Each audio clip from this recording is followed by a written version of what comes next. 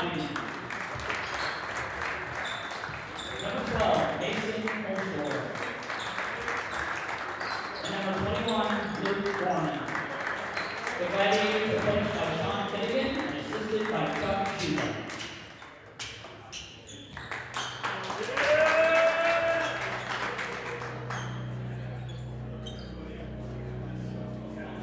And now, the starting lineup for your Elk Rapids Elks. Number 2, Cameron Kerfoot. Number 5, Max Ward. Number 12, Brayden Flutie. Number 24, Wyatt Harvey. And number 31, Keegan Kahneman. The Elks are coached by Kevin Hall, assisted by Jack Kirkwood and Kevin Woodward. Good luck, everybody.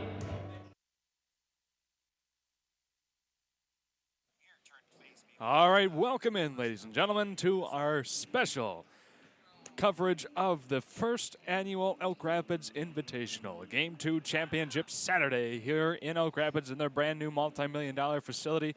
Welcome in to Next Level Broadcasting and the crew here today. Jessica Elkhorn, Charles Trail, Eric Huffman, and myself, Shane Smith, bringing this one to you live. Just about ready to get underway with our Consolation game between two former LMC opponents and, of course, rivals right down the road from each other, the Elk Rapids Elks and the Traverse City St. Francis Gladiators. Yeah, you got a fresh cup of coffee, you got the sleep rubbed out of your eyes, and ready for another doubleheader of exciting basketball. Two great matchups today. Should be two evenly matched teams, too, in each game as well for the consolation and the championship. Well, let's see how things go here. We got Bargy and none other than Millward to take care of the tip for the teams. St. Francis comes away with it here to begin. We got Holscher, number 12 there on your screen. Back over to Ryan, who had 3 straight three-pointers made last night to bring Elk Rapids right back, or excuse me, St. Francis right back into the game against Jackson. Yeah, at the moment it was needed. He, like you said, hit 3 straight ones and had some momentum built for a little while there. Yeah. So Max Ward got the steal there to begin for Elk Rapids. And right back the opposing number 5, Harrison Shepard. Back to Holscher, and he gets in the first points of the game. Ward here, back with it, going across the half-court line, working against Shepard. Gotta love seeing these two teams. A lot of history between this rivalry here. Absolutely. We get to see it renewed yet again today. Man-to-man for the Glads, long three-point attempt. Yep, Kerfoot just a little bit off to the right on that one. Yeah, Bargy with the reach around from behind. You're out of position. No sense doing that. Let's not give up a cheap foul. So that'll be the big man picking up his first. Just about a minute gone by so far to begin this game. Just a little full-court man-to-man pickup. No pressure, just a little show that you're there, not let him get an easy look. Bit of a competition there between Max Ward. And he takes it all the way, dumps it off for the first points of the game to Keegan on the Kahneman to bounce Elk Rapids. pass. Yeah, good decision on the bounce pass and nice finish. And another, we got a double dribble here. I'll be curious. Cotterman was looking like, although they're picking up just a man-to-man, he was looking like possibly if the offense went his way that he might have left and tried a double team. We'll have to see if they try to leak some double teams when in the full court. Brayden Flutie taking care of the inbounds pass, gets it to Bargy, blocked there by Millward. Bargy picks it back up, gets it over to Cotterman. Yep, no Bargy. Remember how that happened and then go to your next move if you've got it for the next time. Cotterman once again, tie ball game so far, 2 apiece, floats that one up, well short, into the hands of Millward, and the Glads take back over. 6:22 here in the first period. Be curious to see, being the first game of the day too, and Elk Rapids having the later game last night to see who, if anyone, is the fresher team. Holscher gets that back off to Ryan here.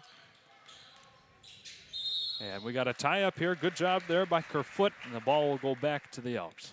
Yeah, they're not going to let those drives happen easily. They're gonna help and try to stop the ball and then recover if they end up getting a pass away. A good job getting over. Ward back up court to Kerfoot. Around keeping outside the perimeter so far. Kerfoot trying to find his way, loses it momentarily, gets it off to Flutie, and intercepts there by Shepard. Yeah, fortunate with Holscher overplaying his man. Ended up with a 5-on-4. Unfortunately, they got the steal.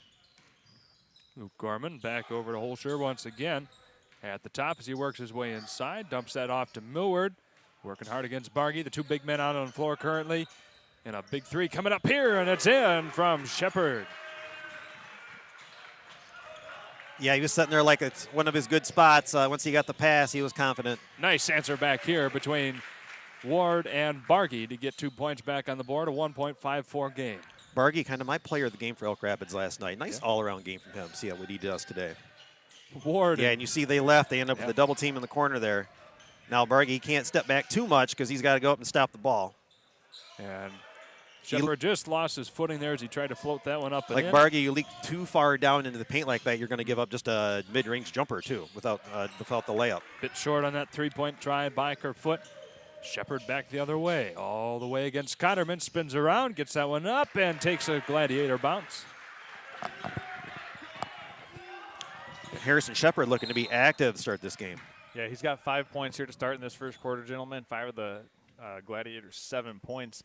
Got the 3 ball and a nice attack. He's actually attacked the rim nicely on the last 2 transition opportunities he's had. And that time he played off of 2 feet as opposed to the prior time, and he had a better result because of it. Yeah, that hesitation made the defender go by. He's able to spin around that. Yeah, good decision. Braden Flutie here on the inbound, gets it off.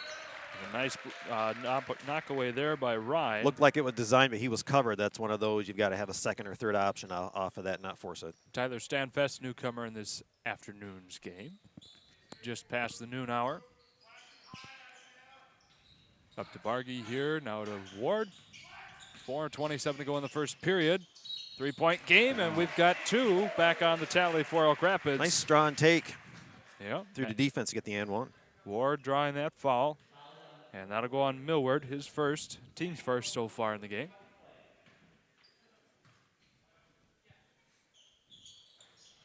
Just a little bit off there on the free throw, and that'll be off of Millward's hands, so the Elks will get it here, the chance to take the lead.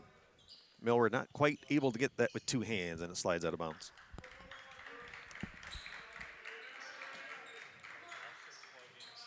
Flutie under the basket looking for somebody, running out of time. There he gets it off to Ward. Gains it up just before the half-court line. Careful, it was almost a small hip check to get him to go over and back. The second hip check got caught for a foul. Yep. So that was on Shepard? Yep.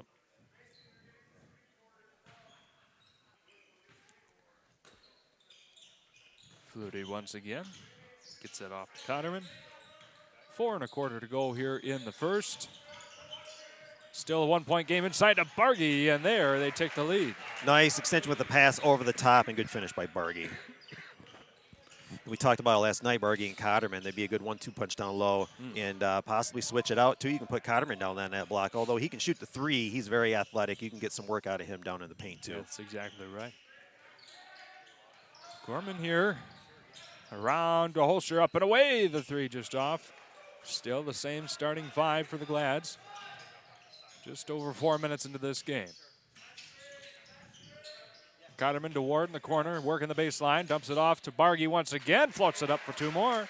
Nice finish by Bargy. 6 points to start the game for him. You gotta be careful with those one-handed hook passes I keep bringing up. Yeah.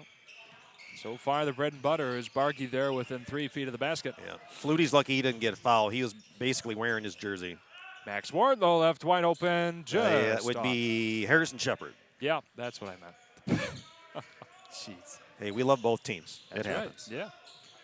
Stanfest here working. Gets it off to Cotterman. 3:04 to go in the first.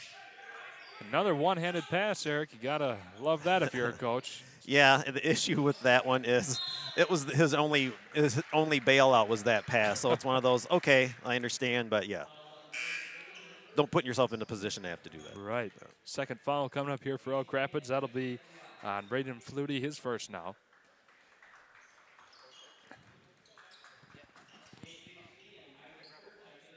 Shepard here, the inbounds, gets that one off to Ryan. 10-7 Elks with a 3-point lead. And there'll be a foul coming up on Connerman.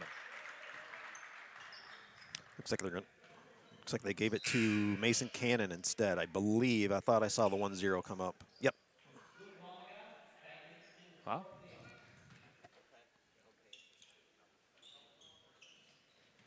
So I stand corrected. 3 fouls now for the Elks, 2 for the Glads. As Olsher works against Ward. Isaac Kerr in for the first time tonight. It's afternoon. Good job by Standfast, the possible backdoor cut. He saw his man and the ball and still released with his man to make sure he couldn't get it. Olsher working hard here, trying to dump it off in the baseline. Gets it off with a nice floater there by Shepard. Yeah, it's the Bargy and Shepard show. Yeah. 7 points for Shepard to start the game. Very nice. 10-9's the score. Dump off to Wolgamott there. Wolgamott had some nice minutes last night. Good to see him in early and get hit some action. 2 big men there for the Elks. Giving Bargy a rest there for a moment. So a 12-9 3-point game. Just under 2 minutes to go here in the first period. And Ryan lets one fly, a little bit short, gets his own rebound. Here along the baseline, working against Cannon. Back off and around up top now to Shepard.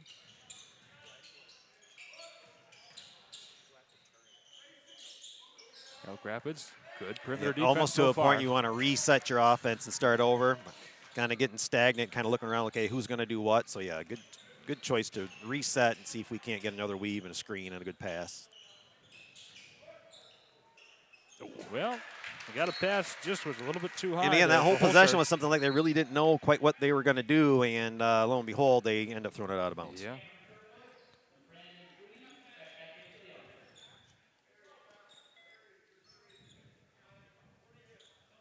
All right, coming in now for St. Francis, Reef Wickham, number 22.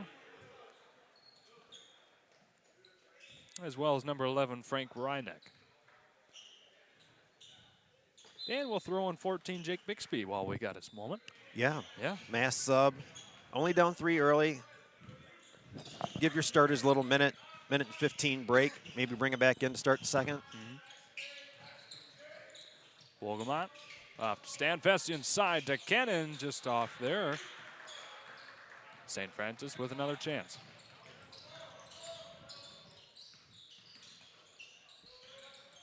Good bounce pass inside to Kerr, not able to finish, but he will draw the foul. Going to be a foul on Wolgamott. Yeah, he was back down and didn't set his feet, so when he went up for the shot, no chance for the ref but to make the call.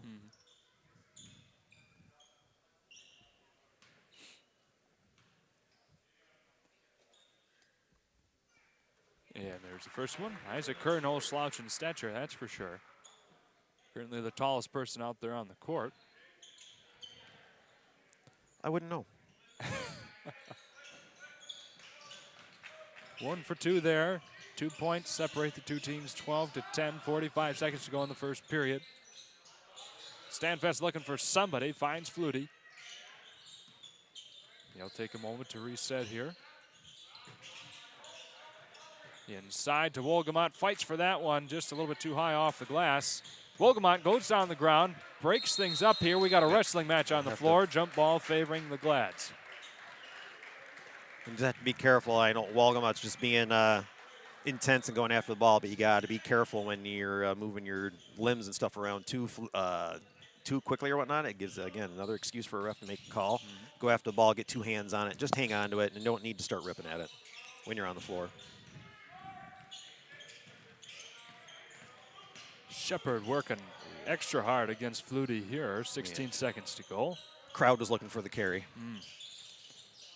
Quick pass to Ryneck, just off the front of the iron there. 8 seconds back in the hands of the Elks. A big shove get up it back court to the Kerfoot, trailer. and he makes it in just We'll take before the the 3 buzzer. regardless. Nice shots. Well, there you go, ladies and gentlemen. A good high-flying first quarter by the Elks. 15-10 score so far. We're going to step aside for a quick commercial break here in just a moment and be back after a word from our sponsors. Stay tuned.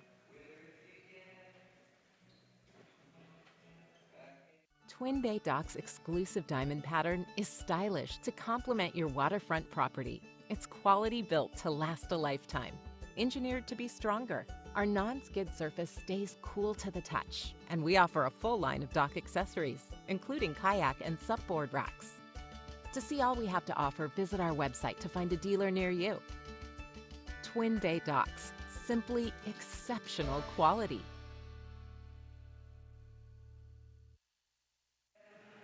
Oh, Unique gifts, home accessories, wedding items, and so much more. The Lake House on Bridge Street offers so many things to make your home or even your visit to Charlevoix that much more special.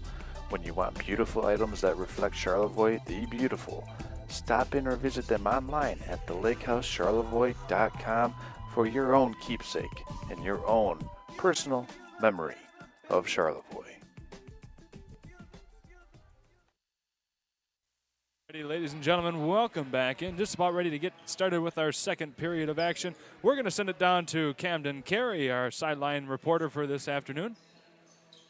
Camden Muslik, I apologize. Sorry, Cam, go ahead. Let us know your thoughts so far in the game.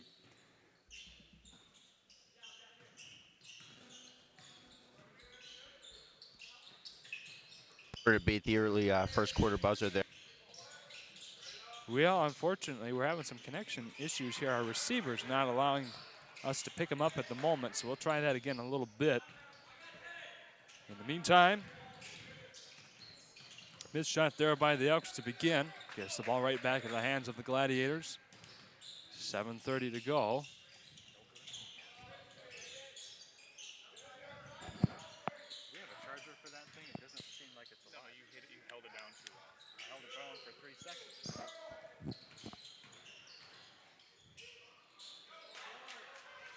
As we get that straightened out here. Big pass Yeah. up court to Flutie. Flutie caught cherry picking, but they get the 2 points.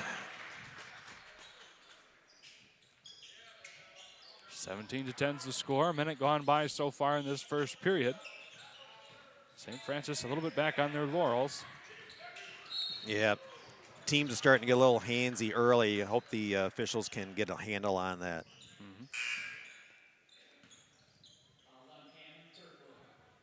We got our first foul here on Kerfoot now.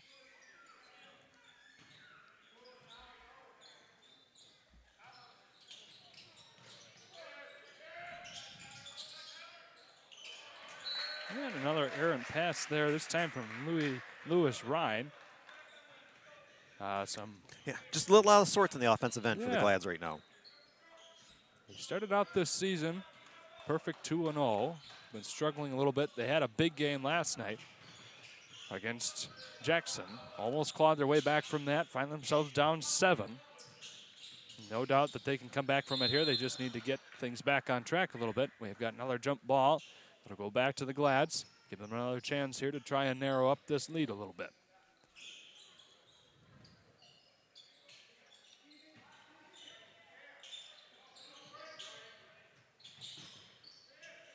Pass off to Reineck here. To begin, Stanfest providing to be a bit pesky. Off to Jake Bixby we go. Double teamed right at half court. And another high pass soaring over Frank Reineck's head. Nice to see. I had someone just text me a photo. They're watching the game on their Google Nest Max right now in their kitchen. Google Nest, I didn't even know you could watch something on that. Oh, yeah. You can run YouTube, TV, and all sorts of stuff and stream all sorts of music and shows and whatnot on there. So, yeah, I got a couple of them at home. Cool. But, yeah, it's cool to see somebody while they're cooking or hanging out in the kitchen watching the game. Yeah, well, we appreciate you guys. And we got a foul coming up here against Glads. Stanfest there with the ball. And that'll fall on Bixby, his first, team's first this period. Another quick shout out to one of the Brotherhood out there, Gary Metalski. Known him for many years, coached against him, and I've known him, since a little after high school. Some of us are in some of the coaching Brotherhood have known each other for quite a while. So him and I have been texting the last couple of days, so good to hear from him. Coached at Gaylord, Wolverine, helping out the boys team at NCMC right now. Oh, there you go. Very nice. Up and away, Cotterman well short on that. Ward there to pick up the rebound. Bargy. He slid. Should have been a travel on that one. And that'll be a foul coming Yeah, up here it'll on be a Elk screen Rapids. on that one. And that will be, I think that's the second on Bargy. Yep. Be careful. He hasn't scored yet this period, but he does have 6 of your points. I don't want him getting a third where you got to sit him the rest of the half, possibly. Right. Still 5:48 to go here in the second period. And that will bring Wolgamott back out. Bargy to take a couple minutes there on the bench. And away nice we again, and nice that Wolgamott was out early, so he's nice. He's got a lather built up, so good decision by coach. Probably give Bargy a couple minutes rest. Wolgamott has had some chip in so far this afternoon. And here we go, Ryan for three. Yeah, that was a good screen to set up that shot. St. Francis just not able to get him to fall in currently. But we've got a steal here, going back all the way. Oh, not able to deliver on that one either was Ryan. The putback, though, finally goes in. The first point scored this period for St. Francis. He gets the 2 points for that, but that was the going up with the one hand, you know, not having that ball collected as you're going up with for that first layup. Going up a little easier, we had a better chance at the first shot. Bixby looking for someone, finds Ryan once again in the corner against Flutie. Spins his way out of that one. Gets it off inside to Millward. No good.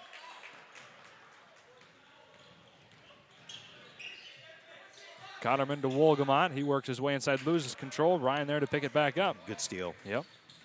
Good bounce pass. At least got the foul out of it.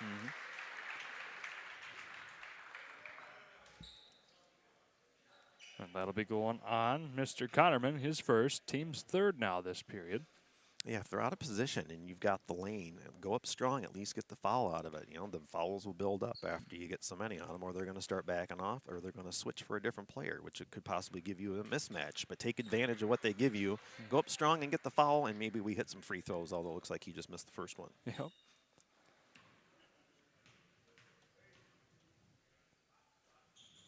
Gets the second one goal. Both of these teams did not excel in free throw Kerfoot, if he shooting was last looking, night. he could have quickly advanced it 2 passes up the court. Well, instead, it was stolen by Shepard. We've got another foul coming up. Well, no, I guess not.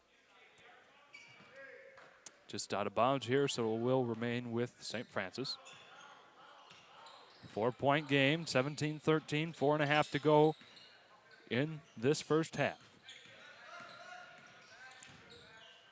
Holscher against Ward, back off to Ryan. Millward's got to make sure he's not turning his back after he leaves from that screen because sometimes he's open. Nice shot. Yes, indeed. Nice floater there from Mr. Bixby. And Ward taking it, dumping it off to Flutie here as he works his way inside the paint. Stops, gets it back to Ward. Now to Kerfoot to try, just short there. Wolgamott on the putback. Good position and good job getting it right back up there. How many points does Wolgamott have so far? A nice, easy 4 points. Okay. Feels like a lot more. He's been a big piece in this game so far. Yeoman's 4 points. Yeah. And here we go. Kerfoot spinning around, puts it up. No good. Millward there to get, caught a face to the nose. Hand to the nose. Yep. Give him a second. Uh-huh. Make sure his eyes aren't watering up. No blood leaking from anywhere. No. That's good. Reset, and away we go. Yep, that doesn't tickle. Bixby here with the ball. No blood, no foul. Yeah. He worked his way around, dumps it off to Ryan. 3.5 to go in this first half. Back to Bixby. Millward loses it. Kerfoot there. We've got 3-4 players on the floor. Wolgamott picks it up, and away we go with the Elks. Timeout. Yeah, timeout, yep. Yep, with Elk Rapids.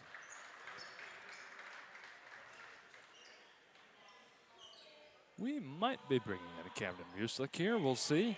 I think we have his receiver plugged in now, so the battery I see the light is on. operating. Yeah.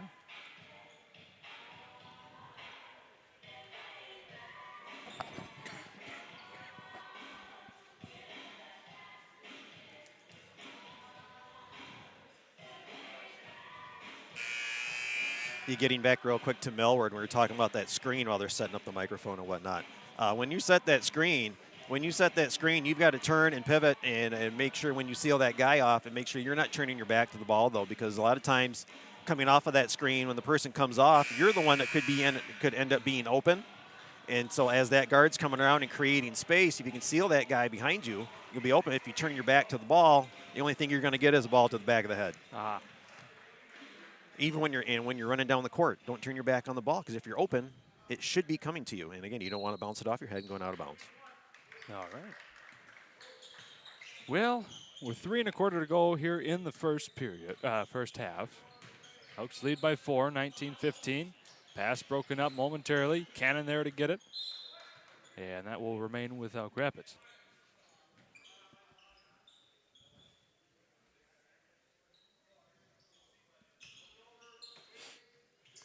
Newcomer, Caden Schlicker, number 40 there on your screen. Cannon to Flutie here. Working his way inside. Quick pass over to Ward. He tries his way in. No good. Cannon. And up top we go to Cotterman.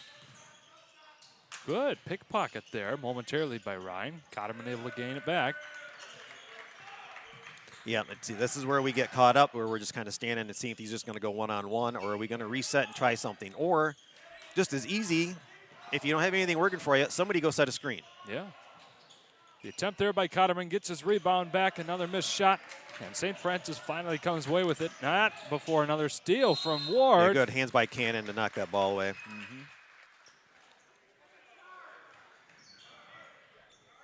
Okay, another foul coming up here. St. Francis looking for a charge. Looks like Harrison Shepard. Yep, picking up his second.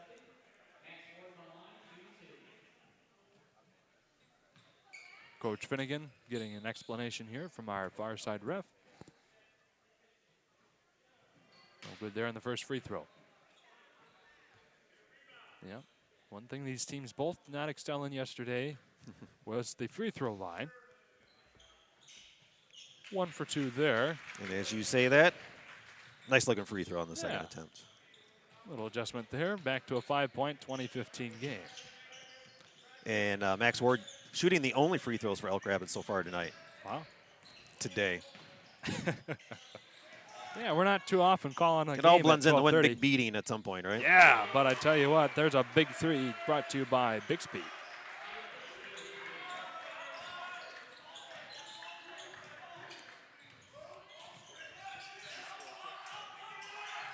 Nice dump down. Oh, lost the handle on it. He's getting ready to go up strong.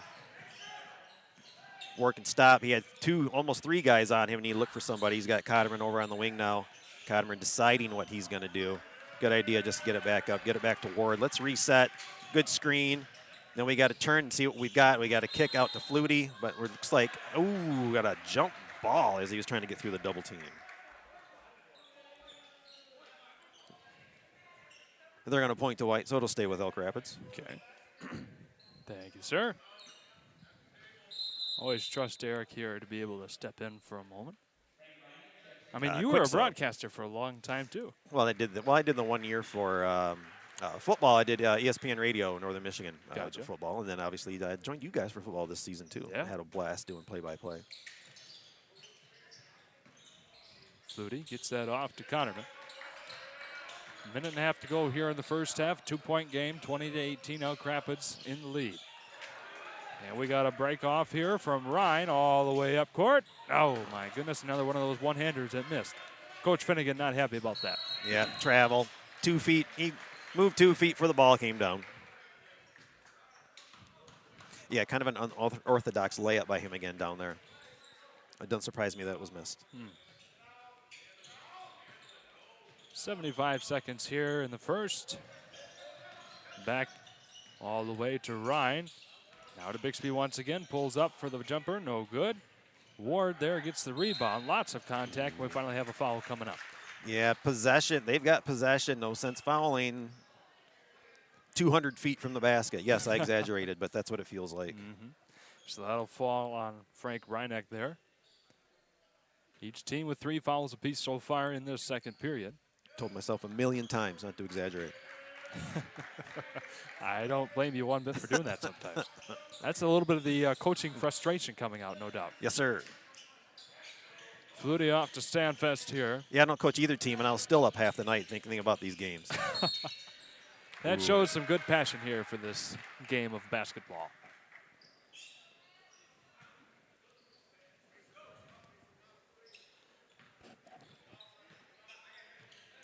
Yeah, the other night I got home, I don't know where I came from, and sat in bed and watched a replay of Charles doing the St. Mary's girls the other night. Yeah. Reineck. Oh, good steal. Yep, get that out there. Oh, we had the quick outlet. If you're not sure, good job to hold it. Get it to a guard. Set something up. Schlicker there on the steal for the Elks. 20 seconds to go in the first half. All sorts of a wall put up here. And St. Francis comes away with it and then goes right back to Cotterman. Stanfest has to be confident that as soon as that double team starts coming, that his man's going to be open. He's got to get that pass. 3 seconds to go. Stanfest with the ball, puts it up, gets it tipped, and that will be the end of the first half. A close one here, ladies and gentlemen. Score, St. Francis 18, the Elks 20. Before we go to our halftime, we may try one more time to bring in Cam Muslick, our sideline reporter.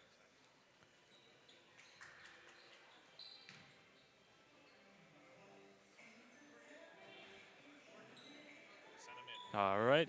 Here we go, Cam. Welcome into our broadcast. Let's see if we can get some words and thoughts from you so far. Absolutely, gentlemen. Give me a shot if you can hear me up there. Oh, yeah, we got you. Perfect. Love it. That's good news and bad news, I'm sure, for the listeners. A little bit of a bit of a courtside view for you guys here. Absolutely. It's been the bigs for Elk Rapids making a difference. It hasn't obviously been a particularly high-scoring game as of yet, but the bigs for Elk Rapids definitely making a difference inside. Also, their activity, a lot of baseline cuts for Elk Rapids, and I think offensive rebounding-wise, the Traverse City is having a bit of a difficult time finding men to box out and sort of identify after a shot goes up as well, so it's lead to a lot of offensive rebounds for the Elks. As far as Traverse City is concerned, I really have to just assume it's shots not falling for them. Really, they're getting a lot of open looks. Bixby's obviously had a decent first half. The threes just haven't fallen yet, and I expect to see, if St. Francis wants to stay in this game, then I expect to see those shots start falling in the second half for sure. All right, well, thank you very much, Cam, for your sideline report. We'll be checking in with you here more throughout the game. But in the meantime, we're going to step aside to our halftime break, and Eric and I will have some thoughts here in just a few moments on the other side. Unique gifts, home accessories, wedding items, and so much more.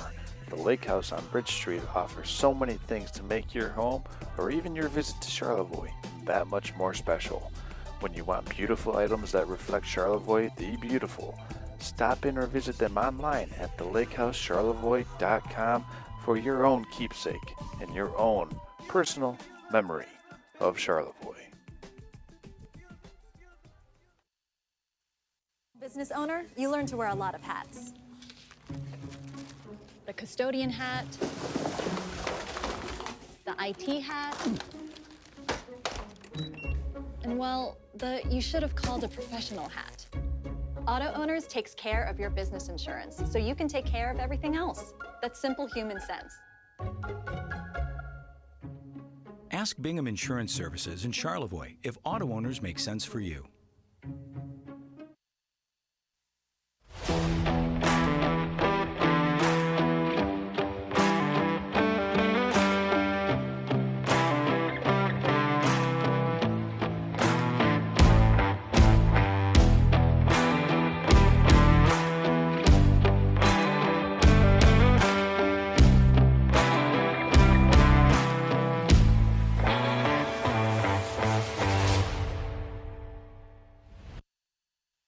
Outdoors? Do you like action, being part of a team, and big machines? At Team Elmer's, we're not just building roads and infrastructure, we're building dreams and communities. And as a 100% employee-owned company, we value every employee owner with a commitment to excellence and a culture where everything we do it with heart. Every day brings new opportunities for adventure. Apply now at teamelmers.com/careers and to be part of something extraordinary.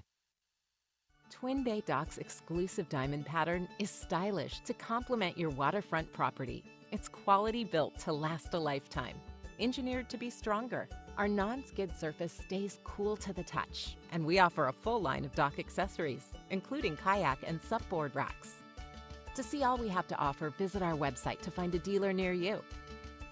Twin Bay Docks, simply exceptional quality.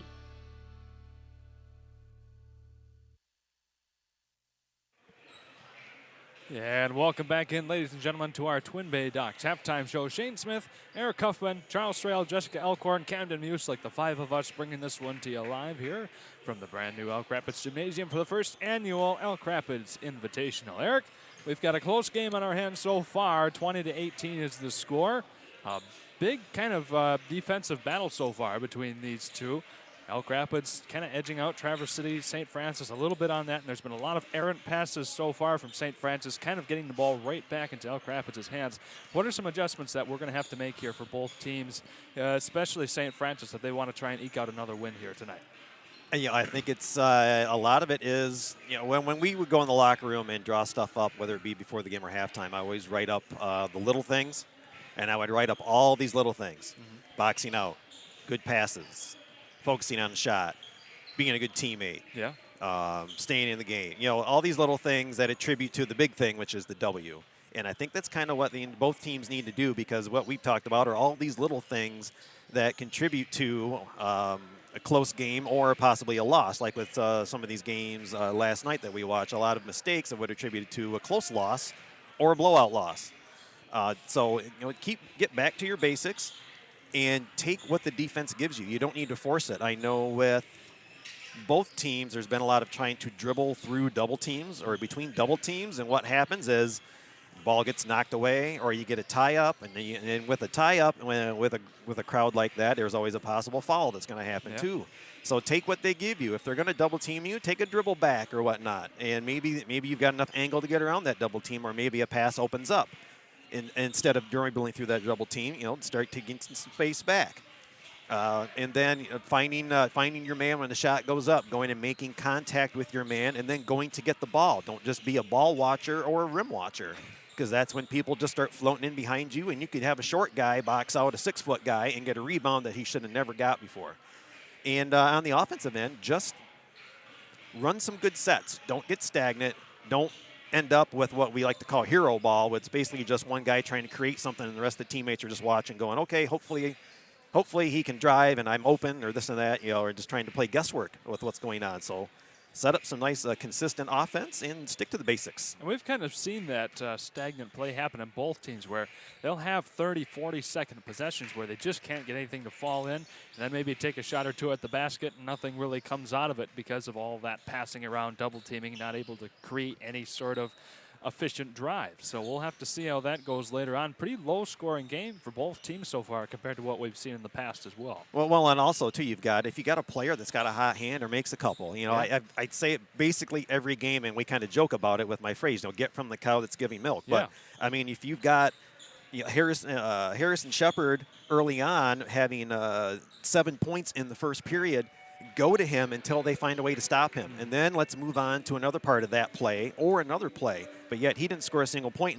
in the second period at all. And the same thing with Elk Rapids. You had Bargy have a nice start to the game with 6 points. Granted, he had 2 fouls, but they weren't too bad fouls, and he's not one to really be in foul trouble. So those are 2 okay fouls, but still bang it down low, and you get some good minutes from Walgamount. I'd keep banging it down low, especially with our halftime report. They're talking about St. Francis not boxing out properly for Elk Rapids on the defensive end. So get your big men down there and try to work it down there and start banging them. Maybe get them in foul trouble too, which gives you even more advantage. And it's really amazing to see here the decrease in output for Elk Rapids as I look at your scoring sheet here. 15 points in the first period, 5 points, only 2 baskets made in a free throw, 1 from Flutie, 1 from Wolgamon, and that's it. They were able to put the screws on St. Francis, otherwise only 8 points to keep them in the lead, but kind of an interesting drop-off to see here between the two teams. A lot of adjustments made by St. Francis to keep them from scoring. Yeah, absolutely. And you don't know if, at the same time, you don't know if it is, number one, adjustments, or number 2, things that you're doing too. So you've got to make sure that you're going out at halftime and assessing the good things that happen and making sure you're writing down the bad things on the board and talking about any changes you need to make. All right. So, ladies and gentlemen, that'll take care of our Twin Bay Docks halftime show. We'll be back here in about a minute and a half with the beginning of your second half of action. We've got the two next teams here for the championship game warming up, Jackson and Kingsford. What a game that'll be. You want to see some athletic, high-flying basketball. This championship game is going to be fun to watch. Oh, boy, I can't wait. Stay tuned, ladies and gentlemen. We got a lot ahead of us. Twin Bay Docks' exclusive diamond pattern is stylish to complement your waterfront property. It's quality built to last a lifetime. Engineered to be stronger, our non-skid surface stays cool to the touch, and we offer a full line of dock accessories, including kayak and supboard racks. To see all we have to offer, visit our website to find a dealer near you. Twin Bay Docks, simply exceptional quality. Outdoors? Do you like action, being part of a team, and big machines? At Team Elmer's, we're not just building roads and infrastructure, we're building dreams and communities. And as a 100% employee-owned company, we value every employee owner with a commitment to excellence and a culture where everything we do it with heart. Every day brings new opportunities for adventure. Apply now at teamelmers.com/careers and be part of something extraordinary. Business owner, you learn to wear a lot of hats. The custodian hat, the IT hat, and well, you should have called a professional hat. Auto Owners takes care of your business insurance, so you can take care of everything else. That's simple human sense. Ask Bingham Insurance Services in Charlevoix if auto owners make sense for you.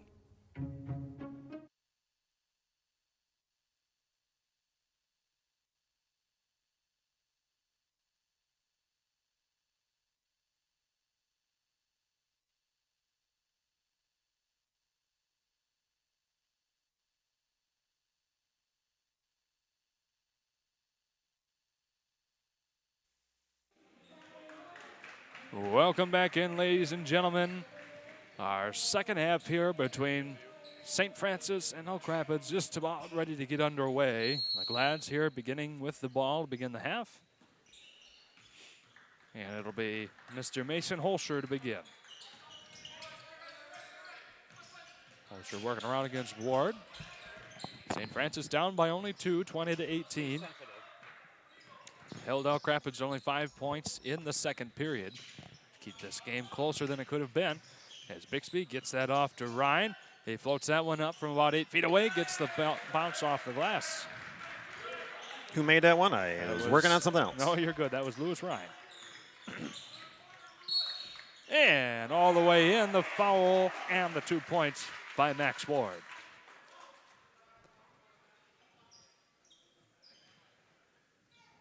And that'll go on Ryan. His first.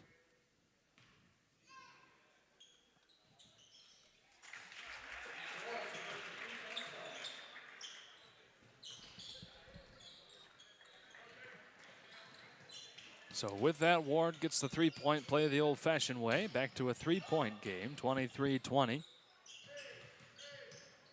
Holscher against Ward. Ward backing Holscher up a bit, now over to Gorman. Haven't called his name much so far this game. And hot potato there. Finally, Max Ward comes away with it for the Elks. Yep, fill your lanes. Nice look off from Bargy. There we go. Didn't see a point from him in the second. Now we correct that here in the third period, and it's back to a 5-point game. Elks lead.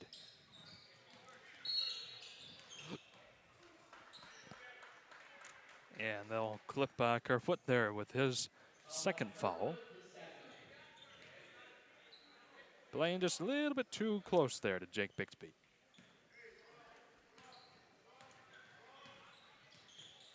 Holscher once again as he crosses the timeline back over to Gorman. And now Shepard looking for some more production for him, but Holscher takes a shot at the three ball, no good. Bargy comes away with the rebound, and the Elks take a moment here to get things going again. Inside to Bargy. Meets a lot of hands there. Back over to Connerman. Good quick ball movement. And bounces in. Back to a 7-point lead. Playing those 2 feet went up strong. Yep, sorry I walked on you. That's all right. Harrison Shepard working against Connerman. St. Francis finding themselves back down in a hole a little bit. 2 minutes gone by so far in the third period. Gorman back to Shepard.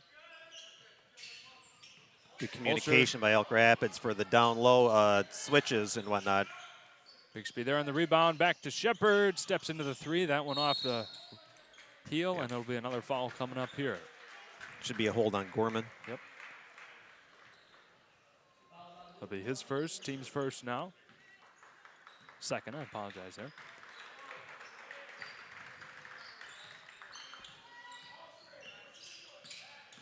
Ward, ooh, a nice little flick back over to Flutie.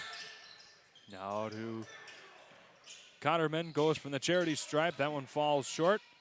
Well, near I think save his foot there. was. Yeah. I think his foot was on the baseline. It was, yeah. Bargy with a valiant effort, but back with the Gladiators now as they find themselves here trying to get basket made. Only one so far this period. About 3 minutes gone by. Yeah, and Ward's about to be careful again. He's almost playing in his shorts way up, almost three-quarter court. If you get beat too badly, you're going to 5-on-4. Someone's going to have to help for you. Bixby not able to get that one to Offensive fall foul. in. Yes, indeed.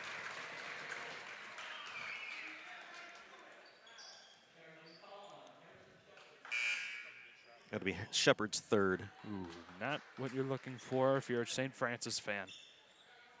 No, you got a lot of game left too, and again, since the first period, he hasn't scored a point. Wow.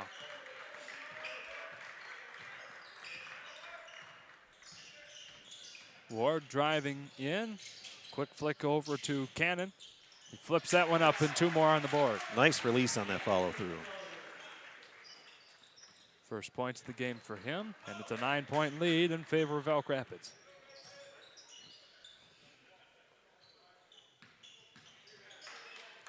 Holscher against Ward. Ward trying to play spoiler here and knock it out of the hands. Back to Shepard, inside to Gorman. Shepard once again, mind you, he has 3 fouls, and that'll be a foul coming up here against Elk Rapids. Yeah, Shepard sidestepped Bargy and then went up beside him. So Bargy was in position for that charge, so the block. And Coach Finnegan taking a timeout. All right, Eric. And so now you've got Bargy with 3 fouls now too, and that's another thing you got to watch out for. All right, we're going to bring in a replay here. Charles, take it away.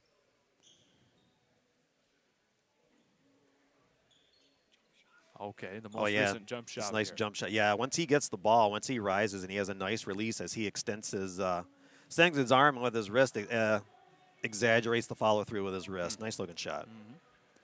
So if you're Coach Finnegan right now, Eric, you're down by 9, have only scored 1 basket so far in this period. What are some things that you're going to try and get these boys to do to bring themselves back into the game? I still think it's an evenly matched game. I think what they need to do is kind of take a play out of Elk Rapids' book a little bit, dial up a little more pressure, maybe try to get a little more running out of this game. Again, you're not getting enough done at your quarter court offense, so let's try to get the running game going a little bit and see if that doesn't change things. Okay. And if not, you can always call a timeout and regroup. But it's time to go to the next play in the book, so to speak. Well, Coach Finnegan has these Gladiators well in hand. He's been a very successful coach over the years, so no doubt that they'll continue to play hard throughout this game, but I know it'll be a close one as we go down the stretch, just like how we saw on the big comeback against Jackson last night. St. Francis was down by 15, brought it back to 2 with under 2 minutes to go in the game. You know, and again, we'll get back to Jake Bixby had 6 points in the second period. Doesn't have a point in the second half, halfway into the third period. But again, maybe try to get a look for him, get a good look for him. Again, Harrison Shepard hasn't scored since the first period. And other than that, those are your 2 main scorers. So you've got to look for some offense. Well, Shepard will have a chance here to get a couple more points on the board. Gets that one to fall in. And while we're waiting on the free throw, the other side for Elk Rapids, as you can see on my score sheet, it's balanced. You've got 1, 2, 3, 4, 5, 6, 7 different players scoring today so far. And 2 for 2 for Shepard. That's what you're going to need if you're St. Francis to win at the free throw line. First points of the half for number 5.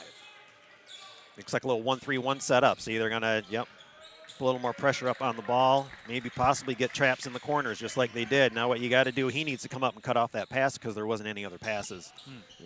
I would have come up and denied the ball to Max Ward and make him throw a skip pass or something. Again, how many skip passes were stolen last night or deflected? Yeah, exactly right. Inside to Cotterman here, loses it. That'll be a travel. Back the other way. Yeah, nice change of defense on that end. Now let's see if we can't do it on the offensive end. Well, we're also going to see if we can't bring in Camden Muslick for another moment. Go ahead, Cam. Hey guys, appreciate it. Again, a great third quarter so far here for the Elk. Again, it's been the defense. I just wanted to shout out Flutie real quick. He's looked great with his on-ball defense as well as help side. And again, if you're St. Francis is really just about the jumpers falling, is they get another good look that won't fall right there. Another example. Again, it's just about going to be about making shots for the Gladiators here in the second half. All right, thank you, Cam. Max Ward there got his jumper to fall in there, more or less a layup there. Defense out of position too. Just slow down, let him go up. We've seen a lot of missed layups tonight, so you never know.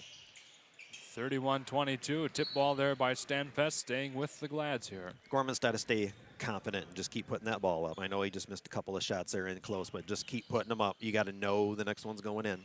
Yeah, making that short quarter jump shot is certainly a skill. Yes, sir. You don't have all that other stuff to look at when you're shooting. I mean, the short corner, though, whether it's a zone, 2-3 zone, or here against the dribble drive penetration, most of the time in college, Division I, the short corner is called the dunker spot. Yeah. In Northern Michigan, you call it the 7-foot jump shot spot. I call it almost position A because you can get that spot open all night long. Whether zone or man. Yes, sir. Our second foul of the day goes against Flutie. Each team with 3 so far. The first free throw goes in by Ryan. And so far, the free throw line kind of buoying the St. Francis offense here in this third quarter. They've got 4 points from the line, all points in this quarter. They're 6 of 8 for the game. That's pretty good. And Elk Rapids all by Max Ward, 1 of 3. Wow. Stanfest back to Ward.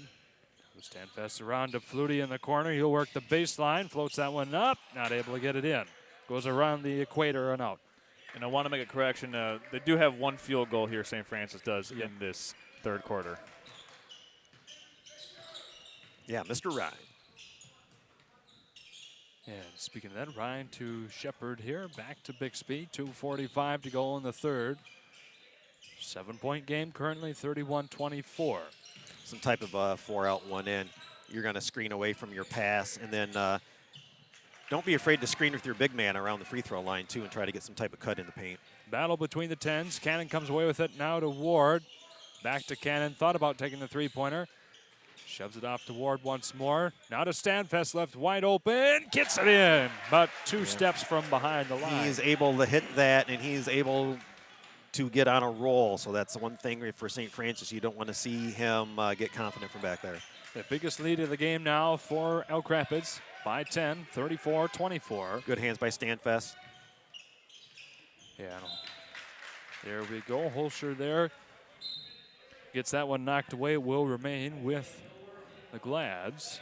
You know, one point I want to make here, guys, is it seems like the Gladiator guards, they're young, but they're almost anticipating more contact than there actually is going to be when they get around the rim. And it's starting to throw off their rhythm in attempting these layups. Holscher here to Ward. Wrong 5 against Shepard. Apologize there, St. Francis fans. Oh, he had here. the shot in the paint. Yep, back over to Shepard once again. Yeah, going to be a hand check on Ward. I believe that's his first on the night. Yes, indeed. His first, team's 4th. St. Francis with 3. Try and draw one more foul from Elk Rapids, and they'll be shooting free throws for the rest of this third period, which, just as Charles mentioned a moment ago, has been helping them, but not so much there. Ryan was able to drill one in from deep. 3 points more for them. And Ryan's the man of this quarter, so he's the one you're going to want to kind of go to this last minute and a half. 7 points for him in this period alone. Wow. Yeah, that's the third made three-pointer for St. Francis. We saw it last night versus Jackson when they got it going from beyond the arc. That's when they made that run in the fourth quarter. I think their number here in this game is probably 6 threes, and they're going to come away with a comeback victory. Well, it was Lewis Ryan who got the 3 party started last night, and he was the one who just knocked that one in, so stay tuned for that. Yeah, and that'll be off of St. Francis, Elk Rapids and Stanfest. That's what I was trying to say. And again, although Stanfest made that last 3, St. Francis packing it in a little bit more, not letting them have anything inside. The mid-range jumper in the paint, going to make them kill them from the outside. And if they can consistently make that, then they'll change it up. But no more easy buckets.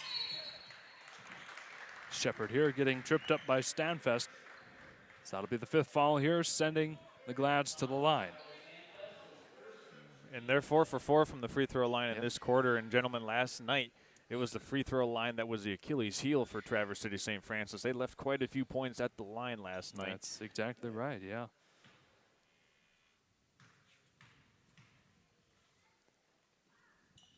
There you go. That's what you need right there. If you're a Gladiator, back within 6 now. They have a morning shoot around today? I don't know, but they're shooting the same free throw shots. It just seemed like they're in a better rhythm at the free throw line. Yeah, they were like 4 or 5 for 11 last night. Yeah, 1 for 2 there from Shepard. Still brings it back within a 2-possession game. 1:05 to go in this 3rd period. All the way in. Nice spin, had him out of position. Yeah, he was looking for the foul too. Nice take by Ward. And again, Ward kind of your taker this period for Elk Rapids with 6 points. But again, balanced scoring. My bad for walking on you again. You've had 5 different players score this period. Yeah. Hey, that's good to see if you're an Elk Rapids fan. We got another foul coming up on the Elks. That'll be on Stanfest. 2 straight for him now in the last 30 seconds gameplay. Yeah, it's going to be fun to check in with Camden Carey at the end of this quarter because the referees have kind of called this, or excuse me, Camden Musilek, I apologize. But Camden's down there taking a report on how the officials are kind of calling the game a little bit differently in the second half, as we've seen a lot more free throws attempted for both teams. I mean, that one right there is the 7th free throw for Traverse City St. Francis in this quarter. So it's going to be interesting to hear Camden's perspective on how the officiating might have picked up a little bit in this 3rd quarter. Well, we had talked about, too, they were getting very handsy early on in the game. So obviously they could be switching their approach. Free throws is what wins games, ladies and gentlemen. And when you're 75% shooting from the line or roughly thereabout, that'll really help your cause here as we go down the stretch. Brings St. Francis back within 6 now with 40 seconds to go here in the 3rd. And so far, a good close to the period for St. Francis. Again, changing up their half-court defense, making them think and have Elk Rapids try some other things and have to settle for outside shots.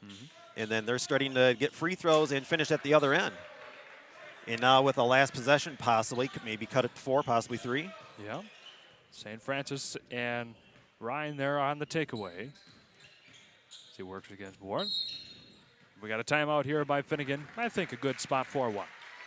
Well, right now it was a 20-18 game at halftime. Elk Rapids obviously up by 6 right now. And with 15 seconds left to go here in this final portion of this 3rd quarter, the Gladiators have made a good run. I believe the largest deficit here in this 3rd quarter was 11 points. I think so. And getting this down to a 2-score game, maybe a 1-score game, potentially going into the final period of play, I think would do well for them because, in my opinion, the last 4 minutes of this 3rd quarter, Eric, you might agree or disagree, but the Gladiators have been the more aggressive team, getting to the free throw line. And earlier, they were settling for these mid-range jump shots. Now they're just saying, hey, let's just get to the rim. You know, a lot of times with evenly matched teams, it's going to come down to who makes the proper adjustments. And St. Francis, in the latter part of this 3rd period, has made the proper adjustments. Again, we talked about already changing their half-court defense and attacking the basket. You know, they're going to take what the defense has given them. You know, they've like Charles just mentioned, they've shot 1, 2, 3, 4, 5, 8 free throws this period and made 2 buckets. Elk Rapids has shot 0 free throws and made 7 buckets. And that's after St. Francis only attempted 2 free throws in the first half. So, you know, obviously for St. Francis, you want the shots to quit falling for Elk Rapids, so you're going to pack in your defense and make them shoot from the outside. St. Francis, on their other end, with their stagnant offense, are looking to attack the basket, and now they're getting to the line and making their free throws. Good push off by Ward here to get the ball back to Bixby. 10 seconds to go. And they're going to call him for leaning on it, yeah. It looked like St. Francis was trying to set a double screen coming back for Ryan there to get the 3-point shot. And Millward just leaned into that screen a little too much. Need a second foul for him. Fourth for St. Francis. 5 seconds to go. Stanfest over to Cannon. Back to Stanfest. 2 seconds. Somebody's got to put up a shot. It'll be Ward from way downtown. Oh, nearly banked that one off the glass. He tried. Yeah, he did. So, ladies and gentlemen, it will remain a 6-point game here, 36-30. We're going to send it down to Camden Muslick for some more thoughts from the sideline. Go ahead, Cam. Hey guys, to Charles' point earlier, I think there's been less sort of change in the referee whistle more than there was physicality change there in the third quarter. I think sort of like you guys alluded to, Elk Rapids understood that they can perhaps make these Traverse City St. Francis guards a little bit uncomfortable, and we saw an uptick in that on-ball pressure, whether it was Flutie, whoever it was, and they did get burned, and it was Shepard largely who those last 3 possessions did a good job of starting to get downhill, get layups, get shots going at the rim, instead of settling for those 3-point jumpers that we haven't seen fall to this point for the Gladiators. All right, thank you very much, Cam. Always nice to have a sideline reporter down there to give some extra thoughts and some things that we've seen down there from right on the court side. So we appreciate having you here today, Cam. And we appreciate all of our viewers for tuning in and joining us as well this afternoon. Well, it's nice getting that perspective because from where we are in the mezzanine section, we're not really able to see the actual physicality to the extent that Cam's able to see down there on the baseline, working the baseline for us here tonight. And when you see a lot of the baseline rubs or the cross screens that these teams want to do, St. Francis does a lot of their screening action at the elbows and up top. And, well, we saw a lot of those fouls for Elk Rapids coming in those areas around the elbows and on the baseline. So we'll see if the Elks can clean up their defensive situation here to stay out of foul trouble in the fourth quarter. Well, the Elks will have the ball to begin this fourth and final period of the game. Stanfest to Cotterman. He's been having a bit of a rest on the bench, coming back in now, as well as Bargy. Had a big first period. We haven't seen a ton from him since. It was kind of their bread and butter to establish the early lead in this game. Cameron Kerfoot now with it. Also You kind of got away with what was working earlier today. Bargy and Cotterman was active early in the game, and not too much action from them since then. St. Francis keeping them out on the perimeter so far. Kerfoot here in the near corner. Back up top to Stanfest. Yeah, I'm kind of a matchup zone. Already a 45-second possession here as Ward drives all the way in. Needed help on the drive. Yeah, the defender out in the low wing needed to step in and help with that drive, and he just stood there and watched him go by. Who made that last one? That was Ward. Shepard to Ryan, back to Bixby. He works his way in, goes for the 6-footer, no good. Stanfest there to get it. Big pass up court into the head of Mr. Donahue, newcomer tonight. Yeah, they tried to squeeze that mustard bottle, but it was empty on that one. Oh, nice. I like that. Ryan working inside, gets that tipped away by Ward. Stanfest comes away here. Minute and a half gone by so far. Good call by Stanfest. He called Max's name because, again, his back was turned, wasn't looking. If he wouldn't have called his name, it would have bounced right out of his head. 38-30. No hurry here by Elk Rapids. Got Bargy setting up shop. There we are. Blocked there by Ward, remaining with the Elks. Yep. Remember what he did. Then maybe do a little fake. Keep your pivot foot, do a little fake that way, and spin around him the other way and get an easy bucket. Almost looked like a little mini look from the defense after that block happened. So he may be wanting to block another one. Stanfest here. Looking for someone, gets it to Cotterman, works his way under the basket. No. Yeah, out of position, he had to jump to the other way and just try to get one to fall in. Yep. Oh, and a foul 3/4 away. Not going to save any baskets by committing that foul. No. So that'll be on Keegan Cotterman, his second. That might just be a frustration foul. You know, he had that reverse layup attempt, and he probably works on that shot quite a bit, and it just didn't drop. And it looked like he was a little frustrated after he missed it. Yeah, I coached a kid one time that whenever something bad would happen at one end, then she'd go back and have to commit a foul on the other end.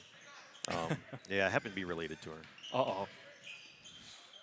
Sounds like a story for another time. Yes, sir. Right. Bixby to Ryan, just short. But Donahue there to get the steal. That's his second steal of the quarter. Yeah. Good production coming off the bench for Mr. Donahue. Number 2 there with the ball. 5:30 to go in the game. Well, the backdoor cut wasn't there, but coming back, he was open. We still could have gotten it over to that wing. Seeing another slow start to the period from St. Francis.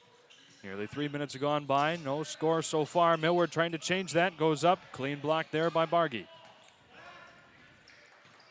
Cotterman now taking it back across. Caught floating away from the basket. Went up with the wrong foot.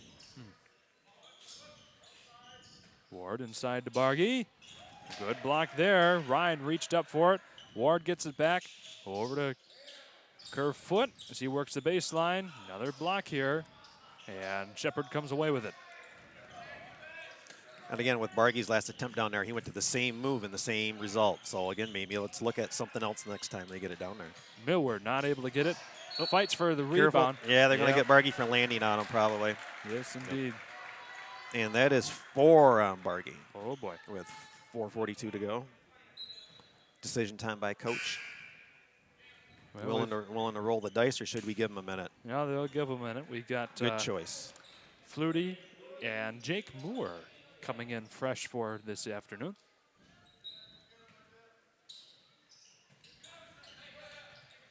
Bixby. Oh, there you go. Stanfest providing difficult. Nearly knocked the ball into our camera there on the baseline. Yeah, you look at Stanfest and you see the arms and the wingspan, and you're like, yeah, I'm always going to put him on the ball on the inbounds pass. Absolutely. He needs to take one step to his left and take that angle to inside the paint away, just like he did. Ryan off to Bixby, and around we go to reset for St. Francis. 4.5 to go in the game. Still have not scored a point. On the floor, going to get Flutie for a hold. He had a mismatch down below, and Flutie's just trying to play aggressive defense and not make him think about the shot, but the official gave him a foul. Yeah, so far this aggressive defense has been working out well. The high flyer there to Donahue. Use your screen and then roll with the ball. Yep, but then he kind of stood there. He needed to get into a space where he could get a pass. Jake Moore won that battle. And back the other way, Ryan steals it once more. Good hustle by Ryan. Seen 1 3-pointer from him all game. He needs St. Francis needs him to line up real quick to try and back in this game. Yeah, he needs last night's heat. Inside nice to cut. Donahue. Foul coming up here on Ward. Be number 2. And that's already the 4th team foul against Elk Rapids in this quarter. So the Gladiators will be in the double bonus the remaining second half of this quarter. So let's see if they can kind of get their offense stabilized once more at the free throw line. Yeah, exactly. And the thing they're doing is they're still looking to attack the basket. Instead of trying not to settle for outside shots, they're trying to get it inside or try to get some foul inside the paint. And so far, so good in the second half.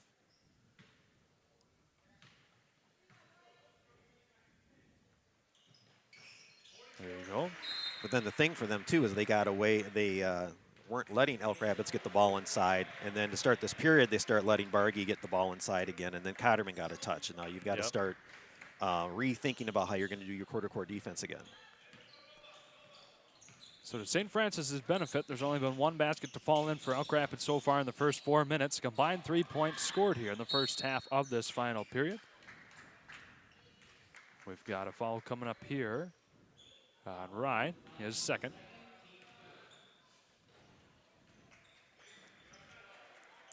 First on St. Francis this period. 3:49 to go in the game. Flutie on the inbound. I heard it. I was hoping you didn't. Ward working against Shepard. Keep the handles. Yep. Back to Moore here and around to Flutie again. Connerman, we haven't seen a whole lot of scoring from him since the first half of the game. And with a quiet crowd, you are seeing some communication by the teams on the floor. Another foul coming up here against St. Francis. And that'll go on Mason Holscher, his first, team's second.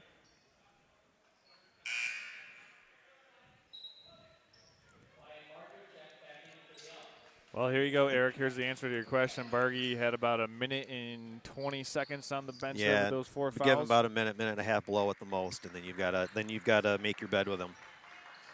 St. Francis brings one of their big men out here, and Isaac Kerr. You've had a nice talk with him to make sure that he's careful, and if he's out of position, just let it go. Nice finish by Cotterman. Yeah, nice executed half-court set on the baseline out of bounds to get Cotterman that 4-footer at the rim. 40-31, Kerr with it now. Back off to Ryan as he gets his way to the baseline. Now to Shepard. Lets that go out of bounds, and it will remain with St. Francis. If you're St. Francis, do what you're doing. Get some type of screen set up or some type of cut and attack Bargy. Get him his 5th foul and get him sitting down, because obviously he can go off at any moment, and he is a force inside on both ends of the court. So if it's a chance to get him out of the game, go ahead and take it.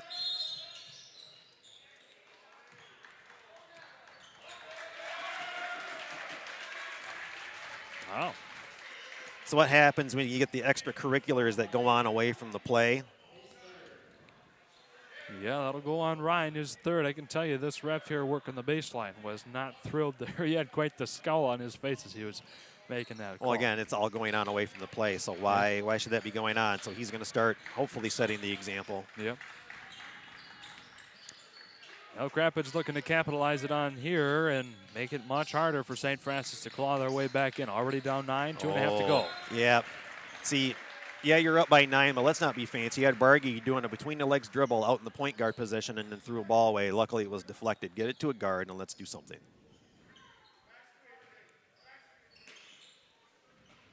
Haven't seen him run point guard yet. Oh, and one. Yes, nice finish. extension by Max Ward. Ward fights for that one. You know, earns all that foul. Yeah, Max Ward's really been the difference in this second half, in my opinion, Eric. I mean, he's kind of carried them in this second half. I believe he's got 10 points in the second half to my unofficial tally, and I get the thumbs up of approval, and this potentially be 11 if he's able to drop it. Yes, indeed. So that will make it very difficult here for St. Francis with 12 points between the two teams and only 2 minutes and 20 seconds to go. Some things are going to have to start falling their way right now. The only point in this period was a 1 free throw by Shepard.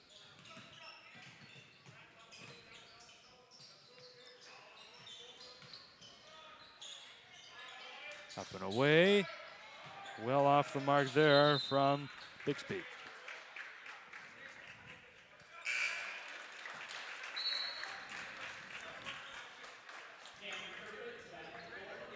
I want to make that correction. That was on Donahue, the 1 free throw. I was wondering. I had to think about if I put it in the wrong spot or not. But I thought it was Donahue. But 120 seconds to go in the game. And counting. Cotterman. No hurry here with the rest of the Elks. Drain out some clock. Inside to Bargy. Lots of contact there, and a foul will be called against Ryan. Yeah, the mismatch go up strong.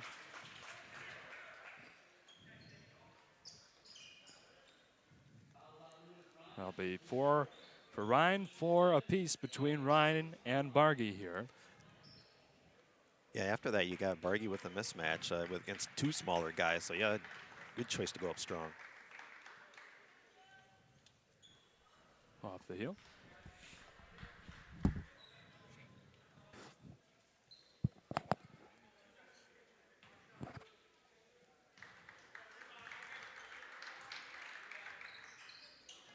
Bargy is off the right side. Rebound by St. Francis. 43-31. Minute 40 to go in the game. And another missed pass here. Bargy picks it up. Another pass trying to get it through traffic. Not going to work. Oh, out of position. Yeah, I'm going to get an and one. Nice take by Kerfoot. Had the man behind him. No reason not to go up strong and see if he'll foul you. So that'll be the 5th and final foul coming up here for Ryan. You know, it looked like St. Francis was going to have the rest of the game to shoot at the free throw line. A number of fouls committed here in the last about 2 minutes of game time. Gets Elk Rapids to the line instead with 6 total fouls now against the Glads.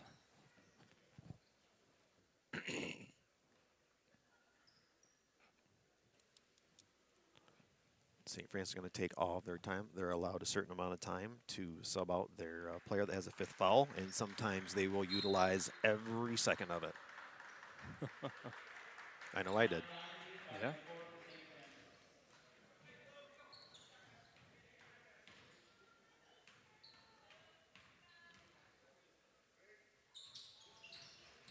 And there you go, 3-point play the old-fashioned way by Kerfoot. Up to a 15-point game now, 46-31. Minute 30 to go.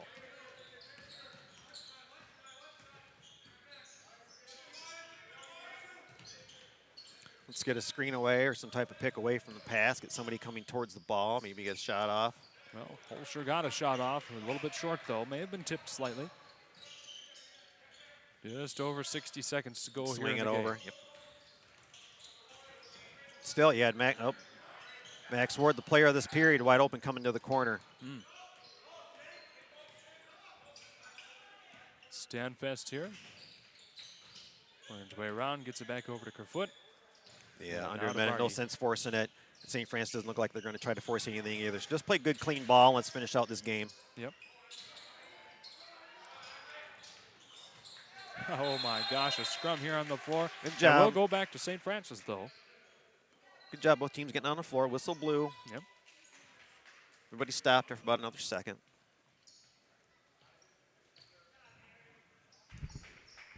One last breather here. Let St. Francis finish out this game. Give Elk Rapids the win, and we'll move on to our championship game between Kingsford and Jackson. Bixby, though, showing that he's not done. Floats up 2 more. First point to the second half. Wow.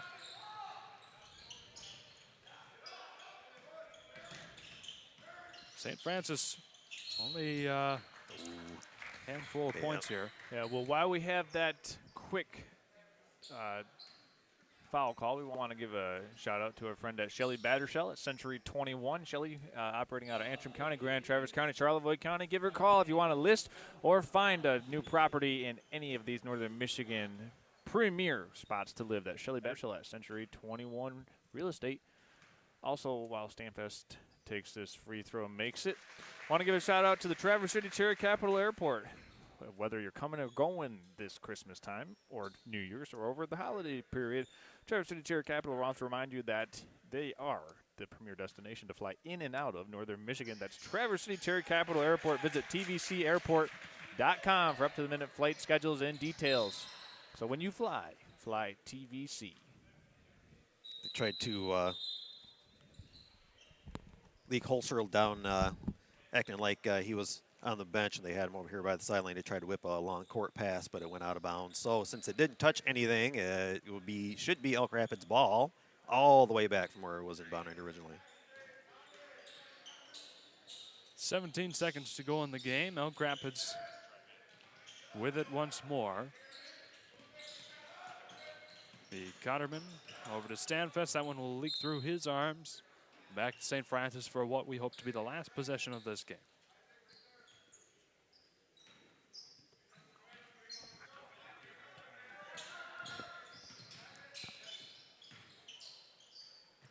Four seconds to go. Kerr off to Shepard. One last shot, Yeah, and it he was a nice drains the looking three. shot. Good shot by Shepard. All right, His ladies. first bucket make since the first period. Wow.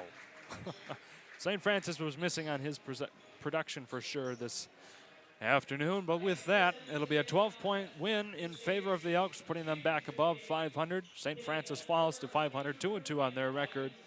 Elk Rapids will go to 4-3. So with that, ladies and gentlemen, we're going to step away here for a bit of a break and come back in a little bit for your championship game between the Kingsford Flivers and the Jackson Vikings. Stay tuned here, ladies and gentlemen. We'll be back shortly. Now's the time to fly from your Northern Michigan hometown Cherry Capital Airport. TVC. TVC Airport will get you to your dream destination anywhere in the world. Visit tvcairport.com now. Small business owner, you learn to wear a lot of hats. The custodian hat, the IT hat, and well, you should have called a professional hat. Auto Owners takes care of your business insurance, so you can take care of everything else. That's simple human sense. Ask Bingham Insurance Services in Charlevoix if auto owners make sense for you.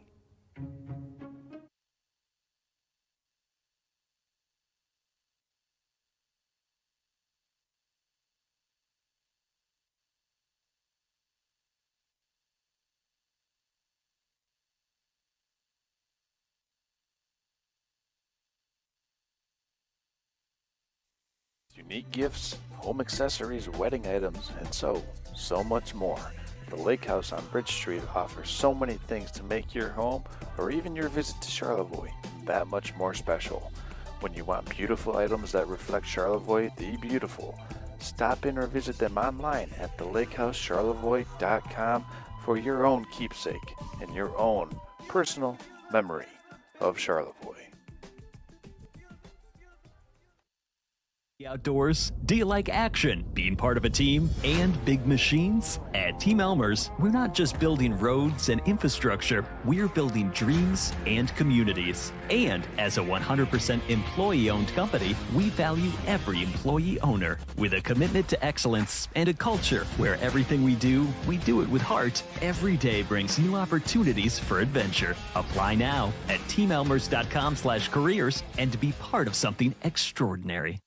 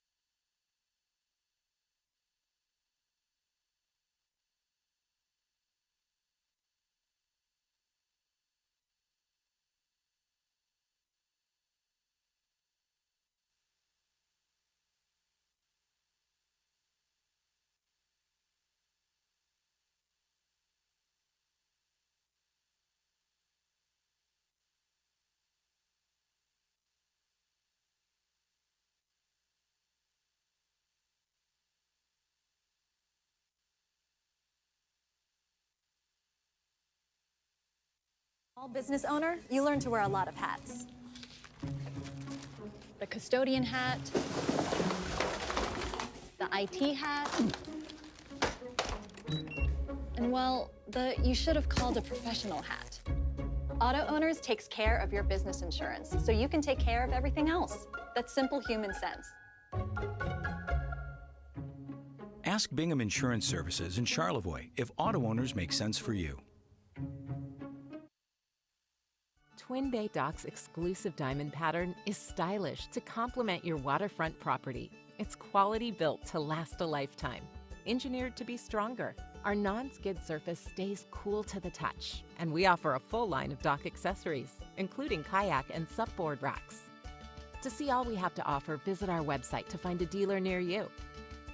Twin Bay Docks, simply exceptional quality. Small business owner, you learn to wear a lot of hats. The custodian hat, the IT hat, and well, you should have called a professional hat. Auto Owners takes care of your business insurance, so you can take care of everything else. That's simple human sense. Ask Bingham Insurance Services in Charlevoix if auto owners make sense for you.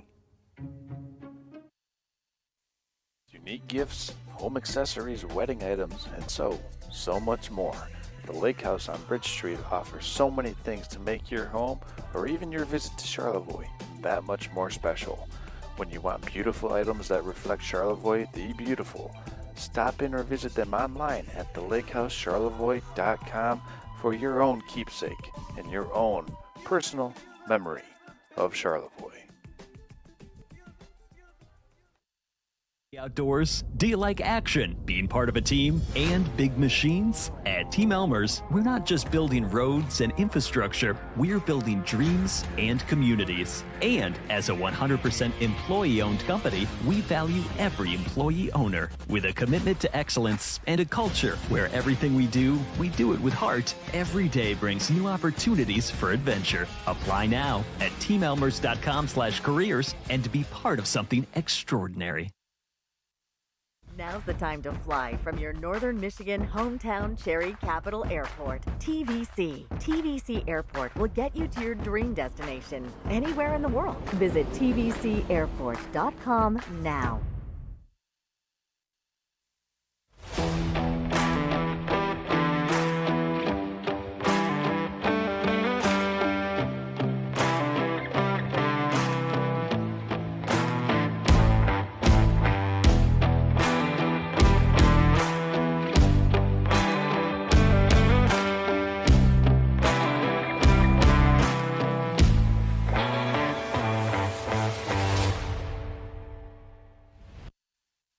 business owner, you learn to wear a lot of hats. The custodian hat, the IT hat, and well, the you should have called a professional hat. Auto Owners takes care of your business insurance, so you can take care of everything else. That's simple human sense. Ask Bingham Insurance Services in Charlevoix if auto owners make sense for you. Twin Bay Dock's exclusive diamond pattern is stylish to complement your waterfront property. It's quality built to last a lifetime. Engineered to be stronger, our non-skid surface stays cool to the touch, and we offer a full line of dock accessories, including kayak and supboard racks. To see all we have to offer, visit our website to find a dealer near you. Twin Bay Docks, simply exceptional quality. Unique gifts, home accessories, wedding items, and so much more. The Lake House on Bridge Street offers so many things to make your home or even your visit to Charlevoix that much more special. When you want beautiful items that reflect Charlevoix the beautiful, stop in or visit them online at thelakehousecharlevoix.com for your own keepsake and your own personal memory of Charlevoix. The outdoors? Do you like action, being part of a team, and big machines? At Team Elmer's, we're not just building roads and infrastructure, we're building dreams and communities. And as a 100% employee-owned company, we value every employee owner with a commitment to excellence and a culture where everything we do it with heart. Every day brings new opportunities for adventure. Apply now at teamelmers.com/careers and to be part of something extraordinary. Now's the time to fly from your northern Michigan hometown Cherry Capital Airport. TVC. TVC Airport will get you to your destination anywhere in the world. Visit tvcairport.com now.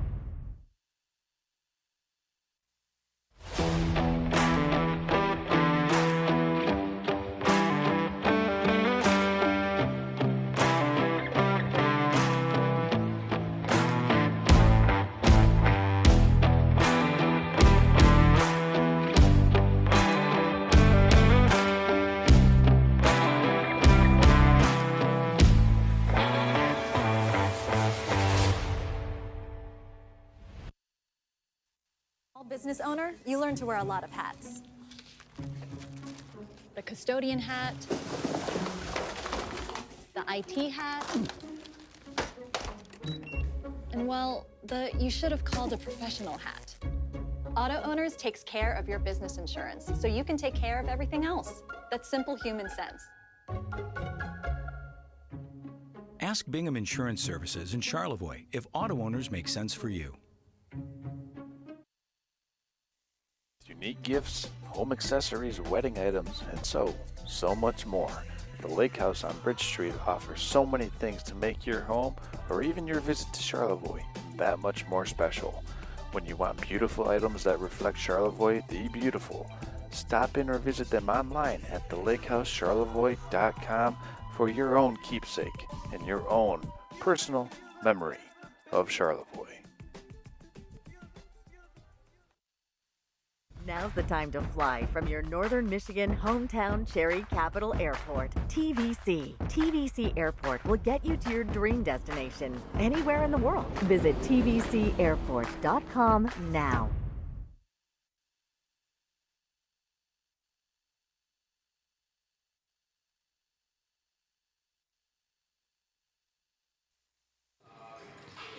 Alrighty, ladies and gentlemen, welcome in. We're going to send it down to Camden Muslick to get a post-game interview of winning coach Ball. Go ahead, Cam. Appreciate it, Shane. Hey, guys, I'm joined here by head coach Kevin Ball of the Elk Rapids Elks. First and foremost, coach, congratulations on the win. Thank you. Appreciate it. Of course, yeah, absolutely. Of course, holding the Gladiators to only 33 points. The defense looks great out there, particularly off ball. What did you like what you guys did defensively? We pressured it, first of all, and we were starting to get connected, too, in regards to our rotations and stuff. So it's just more of a mentality that we've been trying to get instilled into the guys as far as like a my ball mentality, get up into them and create chaos and create pressure and make them uncomfortable. So, and I thought we did a pretty good job of that. A little foul trouble in the first half, but obviously it kind of became the Max show there in the second. What did you think about how he played as well? Max played great. He's super tough. He's pretty much a leader by example, and when he plays well, we play well. And so it was nice to see him bounce back. He had a rough night last night, so to have him bounce back today and do what he did was huge for us and really lifted our team today. Back in my playing days, I would have considered myself a gritty player as well. So maybe somebody you saw out there, maybe didn't fill up the stat sheet, but someone you thought really played as well.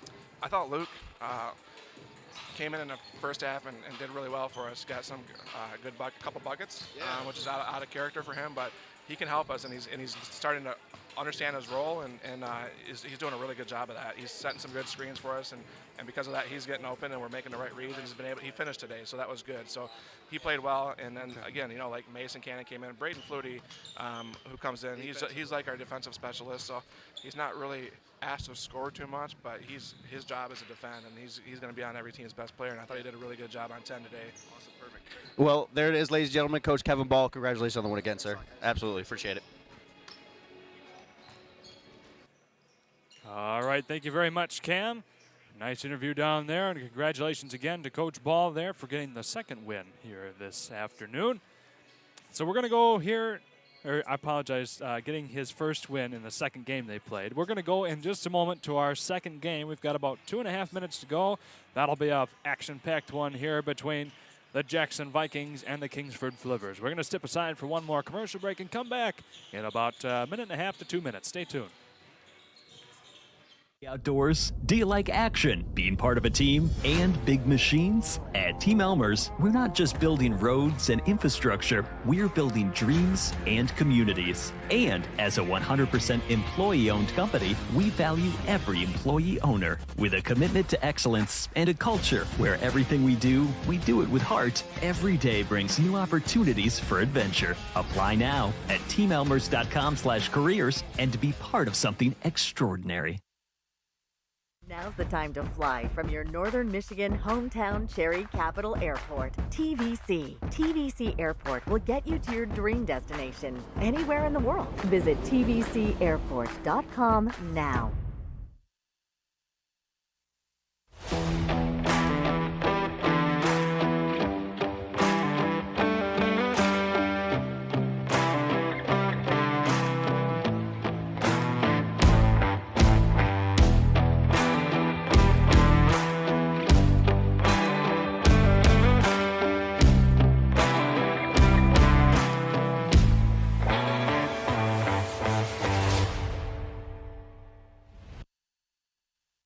Twin Bay Dock's exclusive diamond pattern is stylish to complement your waterfront property. It's quality built to last a lifetime. Engineered to be stronger, our non-skid surface stays cool to the touch, and we offer a full line of dock accessories, including kayak and supboard racks. To see all we have to offer, visit our website to find a dealer near you. Twin Bay Docks, simply exceptional quality. Business owner, you learn to wear a lot of hats. The custodian hat, the IT hat, and well, you should have called a professional hat. Auto Owners takes care of your business insurance, so you can take care of everything else. That's simple human sense. Ask Bingham Insurance Services in Charlevoix if auto owners make sense for you. Unique gifts, home accessories, wedding items, and so much more. The Lake House on Bridge Street offers so many things to make your home or even your visit to Charlevoix that much more special. When you want beautiful items that reflect Charlevoix the beautiful, stop in or visit them online at thelakehouseCharlevoix.com for your own keepsake and your own personal memory of Charlevoix. Now's the time to fly from your northern Michigan hometown Cherry Capital Airport. TVC. TVC Airport will get you to your dream destination anywhere in the world. Visit tvcairport.com now.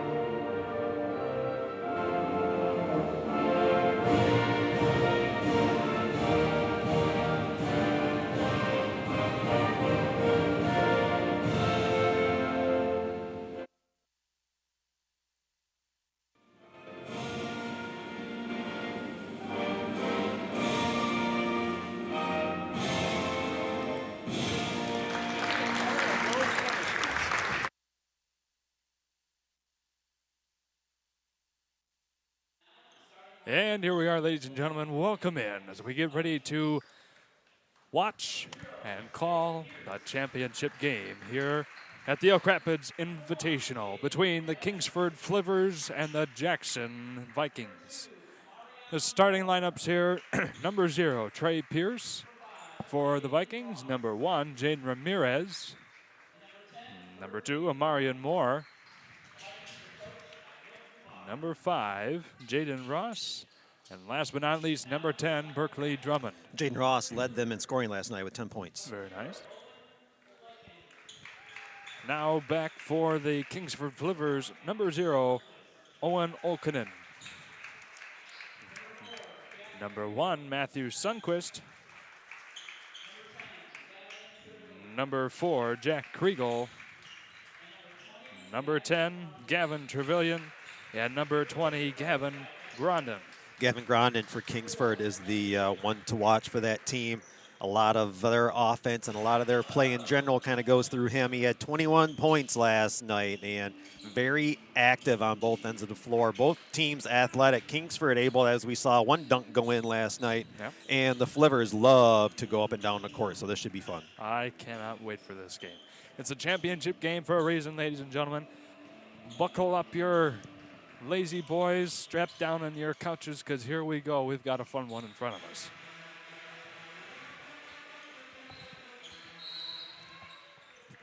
Here we, both teams getting a little excited here on the tip, and away we go. Jackson wins it. I was getting a little excited up here, then they had to redo the jump. Yeah.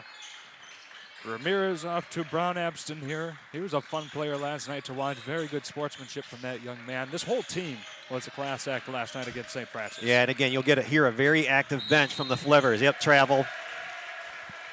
Quick one there, called on Trey Kingsford Pierce. loves that, what I love to call a UP man-to-man. They get right up in your grill and not going to let you see anything. Jack Kriegel here to begin things off for Kingsford. Only 30 seconds gone by so far in the game. Back over to Grondin. Grondin pass inside here to Sundquist. Who's a new one on the starting 5 for tonight. In we go. The first 2 points brought to you by Gavin Grondin. Yeah, of course, you're going to see Grondin get started early. Nice take and good extension on rising up for that. For his height, he can really get up around their rim. Jaden Ross with it now. Back over to Brown Abston. He works his way into the paint, thinks better, gets it back over to Ramirez.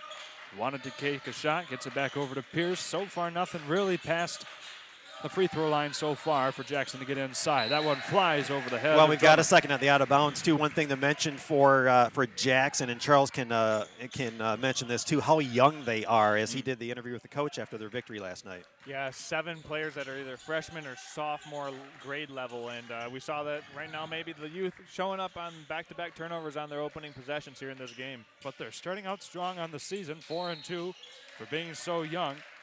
Kingsford comes into this game with a perfect 6-0 record. So First foul of the game? Yep, that'll go on Amarian Moore there. Gavin Grondin to take care of the inbound duties. Lets that one go to Kriegel. And away we go for Had to make sure I marked who was home and who was away. I know. Back to Kriegel once again, working against Drummond. 6:25 to go here in the first period. 2-0 game so far. Jackson boys communicating. They got their help man going, one in the paint, making sure he's talking about what's going on in front of him. Kriegel Almost extended for that block. Good block. Good job by Kriegel. Quick 4-0 lead to begin here for Kingsford. Drummond setting things up to Ross. Around we go once again to Brown Abston. Yep, he's got his shop set up. You got to let him eat down there. Nice finish. Trey Pierce there on the catch and shoot. Yeah, when he does all that work, get positioned down there, you got to let him. You got to feed him, let him go to work. Sundquist back over to Trevelyan. He works his way along the baseline, taken away by Pierce. Fast break up the court here to Drummond. He goes all the way, gets it in. Yeah, he knew his teammate was coming. Nice lead for him. 4-4 game. 5:30 to go in the first period. And I think in the game, Jackson needs to establish themselves in the paint. Yesterday against St. Francis, I believe they only made 1 or 2 3-pointers. They need to dominate points in the paint tonight to keep this game close and how they want to play it. Trevelyan off to Grondin. Taking a moment here to reset some things. Think about it. Go inside, broken up by Fast Brown hands, Epston. both players on the floor. Good effort by both teams. Jackson wins. High pass up court to Pierce. Inside to Ramirez. Goes for 2 more, and they take the lead. Yeah, nice shot by Ramirez, and we already talked about both teams. They will release and try to get up the court as quick as possible and get a quick basket. Only set up the offense if you have to. Kriegel around inside, broken up once again. Kingsford gains it back up, though, with Trevelyan. Now it'll be Olkinen taking his shot at the basket, just off the front. Back into the hands of Kingsford and Brown Abston. Good effort. You got to get the puppies to fall. 6 straight points for Kingsford here. Let's see, or excuse me, for Jackson. Let's see if Kingsford can get a stop. Jaden Ramirez here taking a moment. 4:20 to go in the first period. 6-4 game. Back to Brown Abston. You know, that clapping coming from the Flivers bench, trying to stay active, keep their teammates on the court active as well. Up and away, the long ball, no good. Brought to you by Ross there. Jackson comes away with the rebound, though. Inside to Ross once more. Back up top now to Ramirez. He pulls up for 3, just short. Might not be the shot that Jackson wants there. They've been really getting and being active in the paint. Yeah, that was definitely a subtle shot. Gavin Grondin for another 3. That one just a bit long this time. Sundquist on the rebound. Now Olkinen for the long 2-pointer, no good. Saved nicely there by Ramirez. The thing to know about Olkinen, every time he touches the ball, he likes to do that hesitation with his feet and do a fake. So you'll have to see if they keep biting on that. Drummond spinning around. That'll be a travel instead. Okay. Looking on the travel because he although it would look like a charge, there's some flop with that, so we'll take the travel. Yeah, as a player, you would much rather take the travel as opposed to the personal foul. Just in terms of how valuable fouls might become for the starters in this game if this game goes down to the wire. So far, very clean start to this game. 4.5 minutes through, only 1 foul. That'll be both teams with a lot of players on the bench, too. So depending on the talent or how much coaches like to use, they can go deep into the well, possibly. And we saw them sub a lot of players, both teams last night. Gavin Grondin, though, drills in one from the free throw line. Yeah, if he gets started, you're going to have to look out. And almost got a steal on there. Yep, getting active. Jet Buckley just came into the game a few moments ago, trying to make his name known. Up and away we go to Trey Pierce, all the way fighting. Not able to get that one to fall in. Pretty easy to get known with a name like Jet. Yeah. Gavin Grondin for the long 3, and it goes. That's 5 straight for Grondin on the 3-point make, and Kingsford's back up top.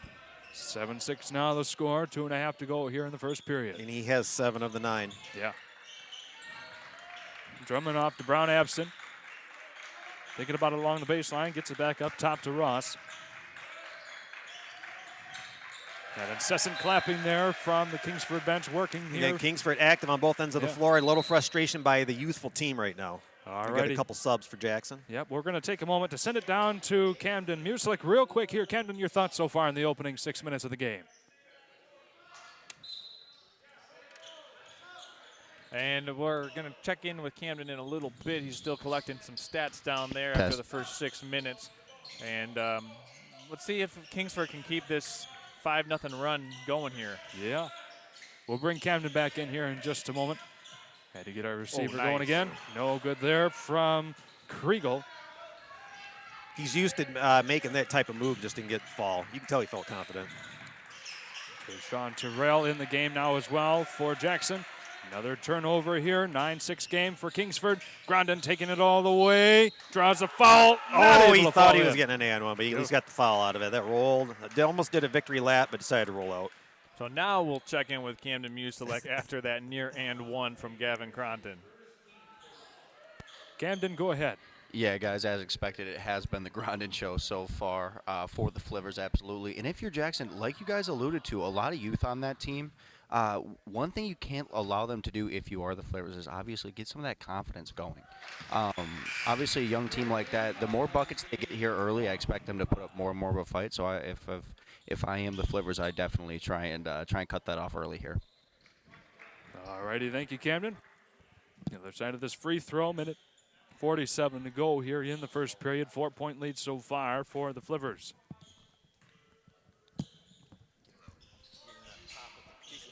One for two there for Grondin. On the rebound, new substitute in for this game, Ryan Beauchamp. Yeah, he had made the decision before his teammate was even looking.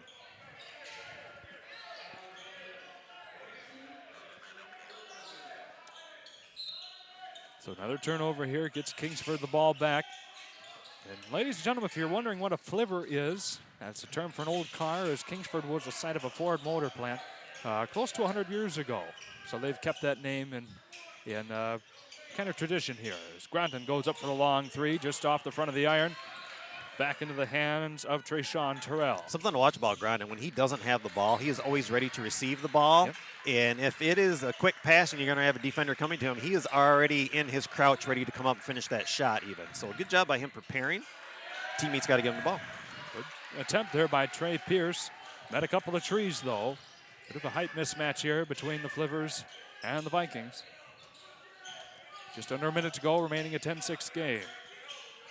Buckley with it now at the top of the arc. Gets it back over to Erickson. Big man had some fun here last night as well against Elk Rapids. Buckley shoots over to Gavin, and he drills in another three. Yeah, that's 2 threes already this period. It's 11 points out of the 13 for Kingsford. Jackson here left open momentarily. The hesitation, nice deliverance by Kylan Good Davis. confidence on holding on to that.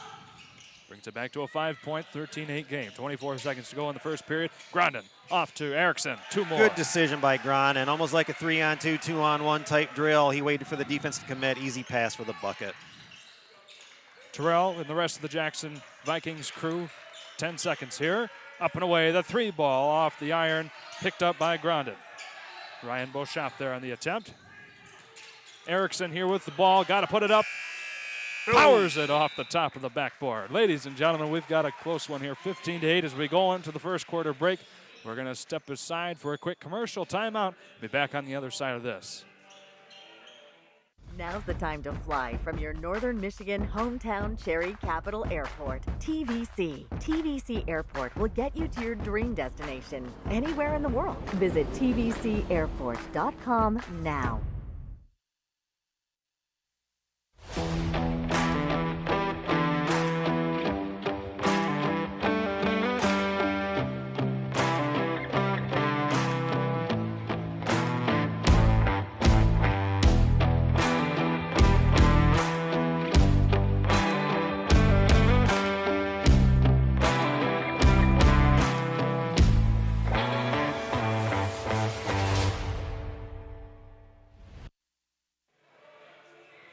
And welcome back in, ladies and gentlemen. Just about ready to get underway with our second period of action here.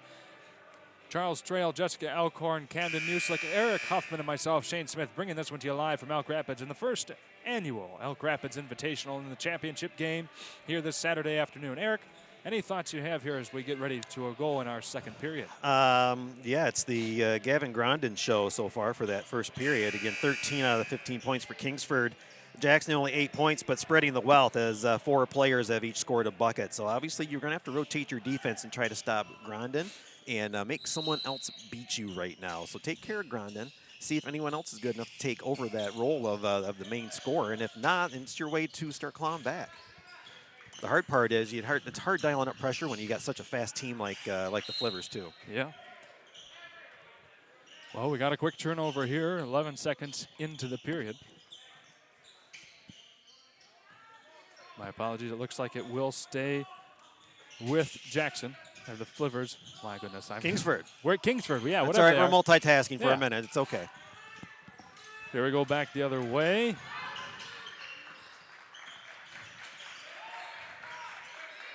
Lorenzo Rogers with the ball at the moment. 30 seconds gone by. Thank you, Eric. Switching around here as Charles runs down and works on a camera for a moment.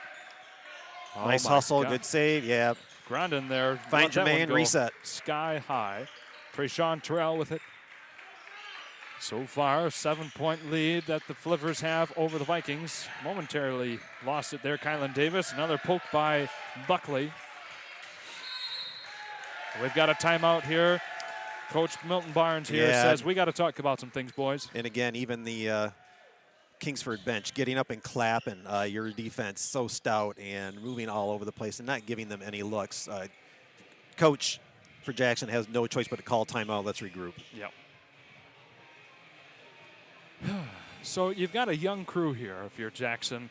Coach Milton Barnes here, as I let you take a drink here for a moment. What are some things that we're going to talk to them to try and get them to settle back into the pace and the flow of this game?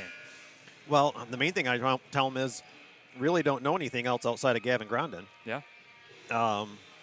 You've got, I mean, it's only a minute in the second period, and there's been no score yet. But, yeah, it's basically trying to take care of Grondin right now and see if they have anything else. Kingsford, with a full staff of 15 players, you wonder how much they'll get into the bench, if they get into their bench, and also depending on the game, too. But right now it's all about stopping Grondin and then taking Kingsford's pace and just playing confident. Slow it down in your head and work on slowing it down on the court. Start there. Maybe things will start looking not so fast and furious for you. Between Terrell and Beauchamp right now. Terrell losing it, and that'll go back the other way with Kingsford. And you can see right now at Kingsford bench all up, clapping, shouting like that, and you've got the Jackson bench just standing over there wondering, okay, what are we going to do right now? That's interesting because we saw the Jackson bench doing the exact same thing that Kingsford was doing last night. They don't seem to have the energy that they did earlier on. But well, it's always different when you're winning too. That's true. Jaden Ross there on the block. Terrell coming back across the half-court line. Beauchamp nearly losing it in front of the Kingsford bench, and around we go. Yeah, you got to give it up to Trevelyan for Kingsford, playing great man-to-man defense right now. Trayshawn Terrell inside, losing it momentarily. A scrum here on the floor. Grondin comes away. Yeah, travel because they got him, started taking off with it. Yep. But still, all over the floor, good effort.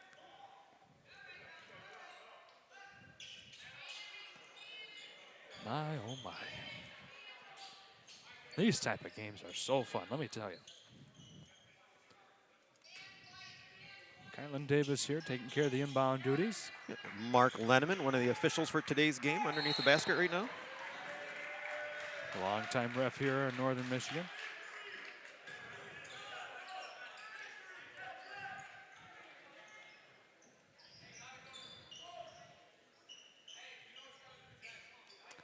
Delivers, taking things back over. Kriegel here right below us to take care of the inbound duties. Gets it off to Buckley. 6 minutes to go here in the first half. Still a 15-8 game. Neither team has scored in the opening 2 minutes of this period. Yeah, you gotta be careful picking up your dribble. Especially with an intense defensive team, you gotta know what you're doing before you pick it up. Gavin Grondin shoving that one back over to Trevelyan. Lets that one go. Buckley looked like saves his foot it. was on a line from over here. I don't know if Mark was looking. Good punch up by Will it Drummond. be the same? And a slam home by Ross. Yeah, same person that dunked it last night. And we got a quick timeout from Kingsford before they get any momentum. And again, a quick stretch of the floor and a quick bucket. And obviously, you want to, if you can match pace with pace, then that's a good thing. They are athletic enough and fast enough to do it. Kingsford's been the more aggressive, getting in their face and making them think about other things than getting up the floor. But if they can get their confidence back, Jackson, and start getting up and down like the first couple minutes of the game, then they've got a way to climb back into this, and only down 5 points. So. And here we go. We've got a replay of this most recent basket by Jackson. Go ahead, Charles. Well, yeah, you talk about this deflection. They get the transition tip out. Ross kind of tipped it to himself. And when somebody that athletic gets out in transition, you saw it there on that fast break. Here we go. And anytime you go up in the air in this save attempt, you're almost cueing a fast break as Ross got it, and a clean, easy breakaway for the one-handed punch. And, well, so far the second quarter has started exactly how Jackson would have drawn it up, gentlemen.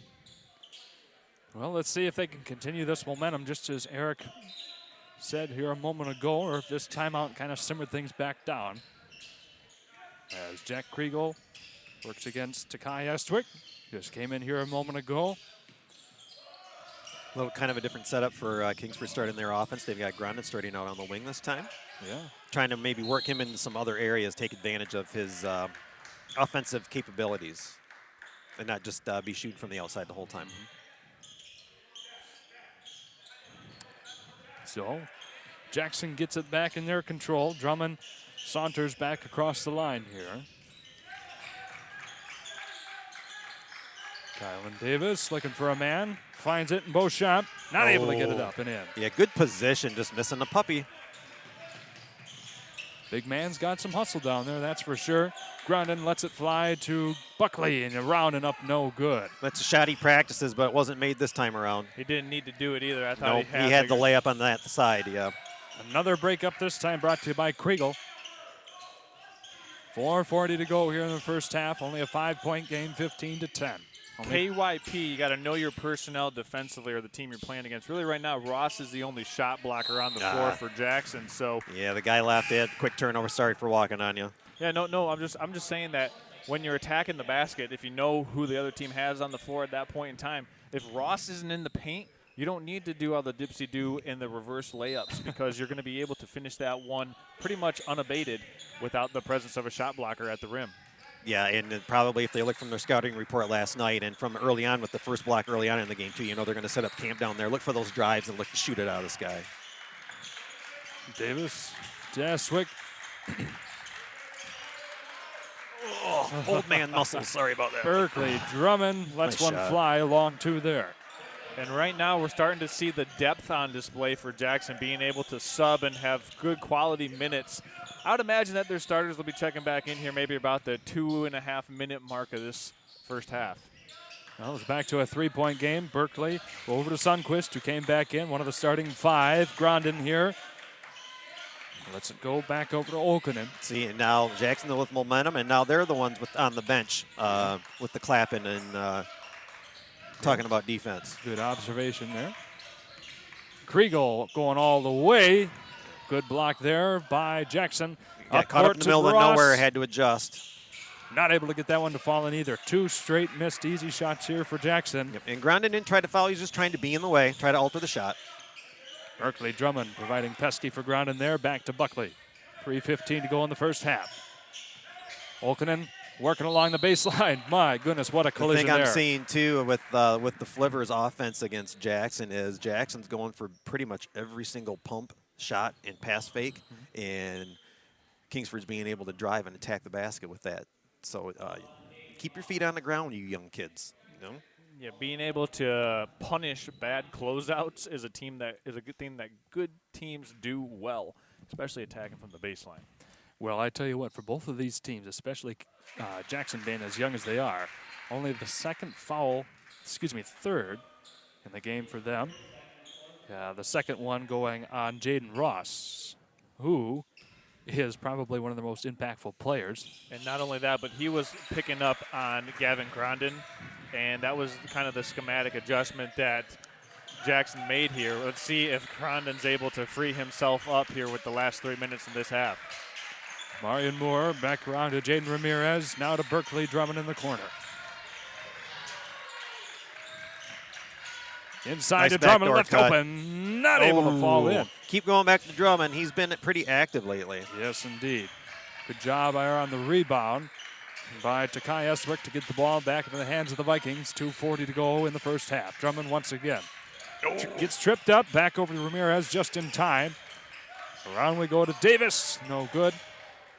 And back to Grondin, That and now might have Buckley. been young indecision on that one. Nice follow by Grondin. As he was flailing in midair, able to get a paw on it and put it back in the basket. Brings us back to a 7-point, 19-12 game. You know, and surprisingly enough, that's his first bucket of this period. I'm looking forward to queuing that one up, guys. That was a nice play by Grondin on the follow. We'll be looking for it. Again, 2 minutes to go in this period, and only 4 points scored for Kingsford after 15 in the first. Yeah. Well, got another steal here. Buckley. That one will be all over the place. Good hustle by both teams. Kylan Davis comes away with it here. And now Amarian Moore taking a moment. Wanted to take the three-pointer, thought better of it. Gets it back to Estwick. And now to Drummond once more.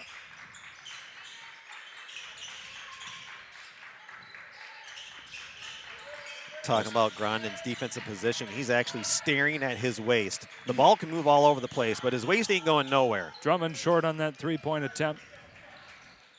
They'll be back the other way once again.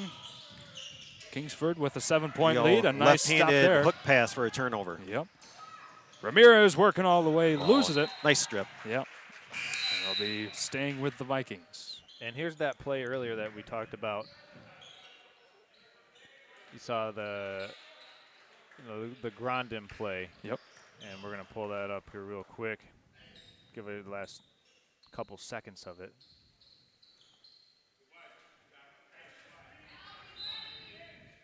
We'll bring that in after this. Okay. Marion Moore here gets that one off to Trey Pierce. Haven't seen a whole lot from him on the shooting side of things tonight. And another break up here. Erickson coming away with it for the Flivers. And a foul coming up on Drummond. Trying to be aggressive, but fouling 90 feet away. Only his first, team second so far this period. Again, only a handful of fouls for Jackson. So far, none for Kingsford in this game. Yeah, Kriegel's going to have to be aware. Drummond's going to try to frustrate him, so be confident, keep your spacing. 65 seconds to go in the first half. Still a 7-point, 19-12 game. I was called this rule number 1 for everyone. It's like if somebody is guarding you that close, rule number 1 is you take them to the hole. All right, now we're going to throw up that replay real quick, Charles. Yeah, I mean, you see that Grondin with the good active hands, and nobody got a body on him, and he's just there on the follow and the putback. It's exactly how you draw up lane presence and fill in the lanes as a 2-on-1 break. When you always got to have a filler or a trailer because it doesn't go in every single time. Nice Wow. three-pointer by Grondin. About 3 steps behind the line, drills that one in. Makes this a 10-point game with 45 seconds to go.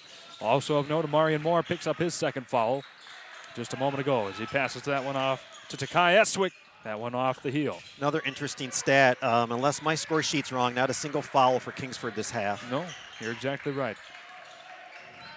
Trey Pierce. Good help and way to be just go straight up down low for Kingsford on the defense. 2 guys there just go straight up, and he ended up losing the ball. One more stat that's of note. Okay. Since Jaden Ross picked up his second foul, it's been a 5-0 scoring run for Gavin Grondin after Ross got that second personal foul. It was 17-12 since then, 5 points in a row for Grondin. And when you lose a player, the capable player that Ross is on defense, as an offensive player, you're almost ready to walk him over to the bench and see him go take a seat because Grondin hadn't scored any points in the second quarter, and he's the leading scorer in the game right now. Last night, I believe he had 19 points in the game versus Elk Rapids. But right now, Eric, you touched on it.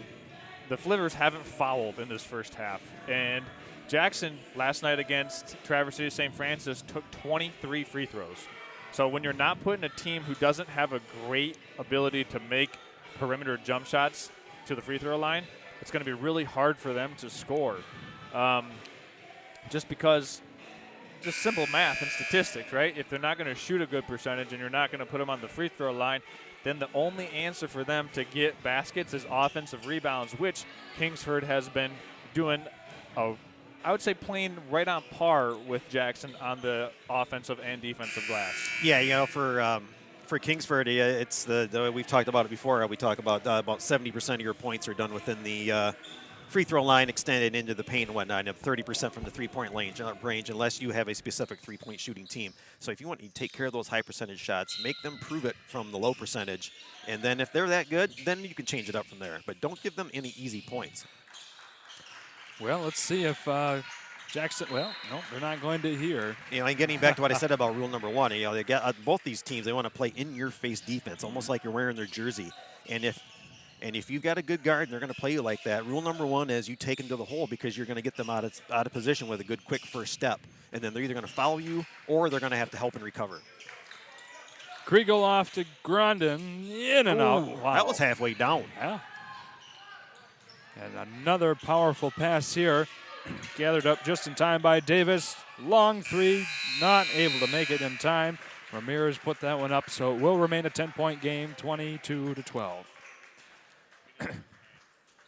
Looks like we're going to bring in our friend Camden Muslick down there on the floor for some halftime thoughts before we take our commercial break. Camden, welcome back to our group. Go ahead.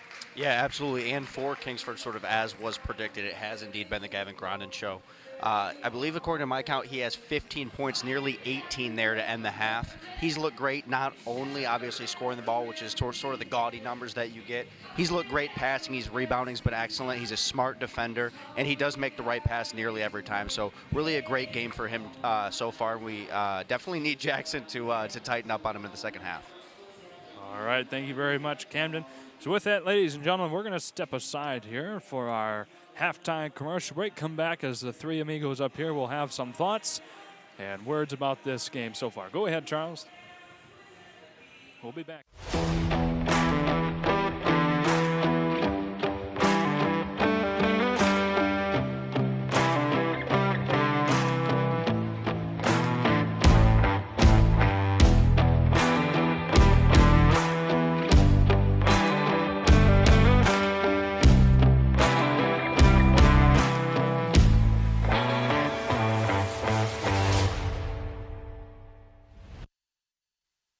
Now's the time to fly from your northern Michigan hometown Cherry Capital Airport. TVC. TVC Airport will get you to your dream destination anywhere in the world. Visit tvcairport.com now.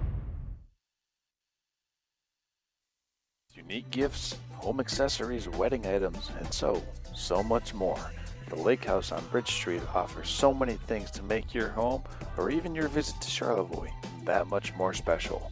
When you want beautiful items that reflect Charlevoix the beautiful, stop in or visit them online at thelakehousecharlevoix.com for your own keepsake and your own personal memory of Charlevoix.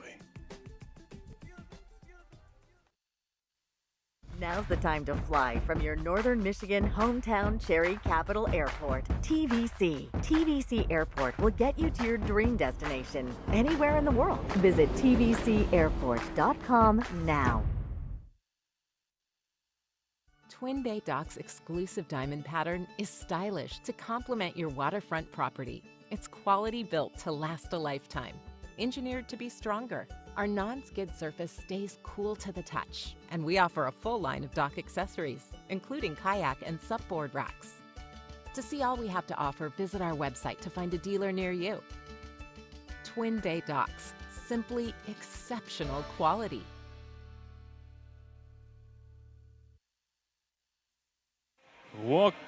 Welcome in, ladies and gentlemen, to our Traverse City Cherry Capital Airport halftime show. Shane Smith, Eric Hoffman, Charles Strail, Jessica Alcorn, Camden Muslick, bringing this one to you live here during halftime of the championship game of the first annual Elk Rapids Invitational. Charles and Eric, I'll bring you in first here. I'll bring you guys in. You're more of the basketball-minded folks here. Let's get some thoughts so far about this first half of action.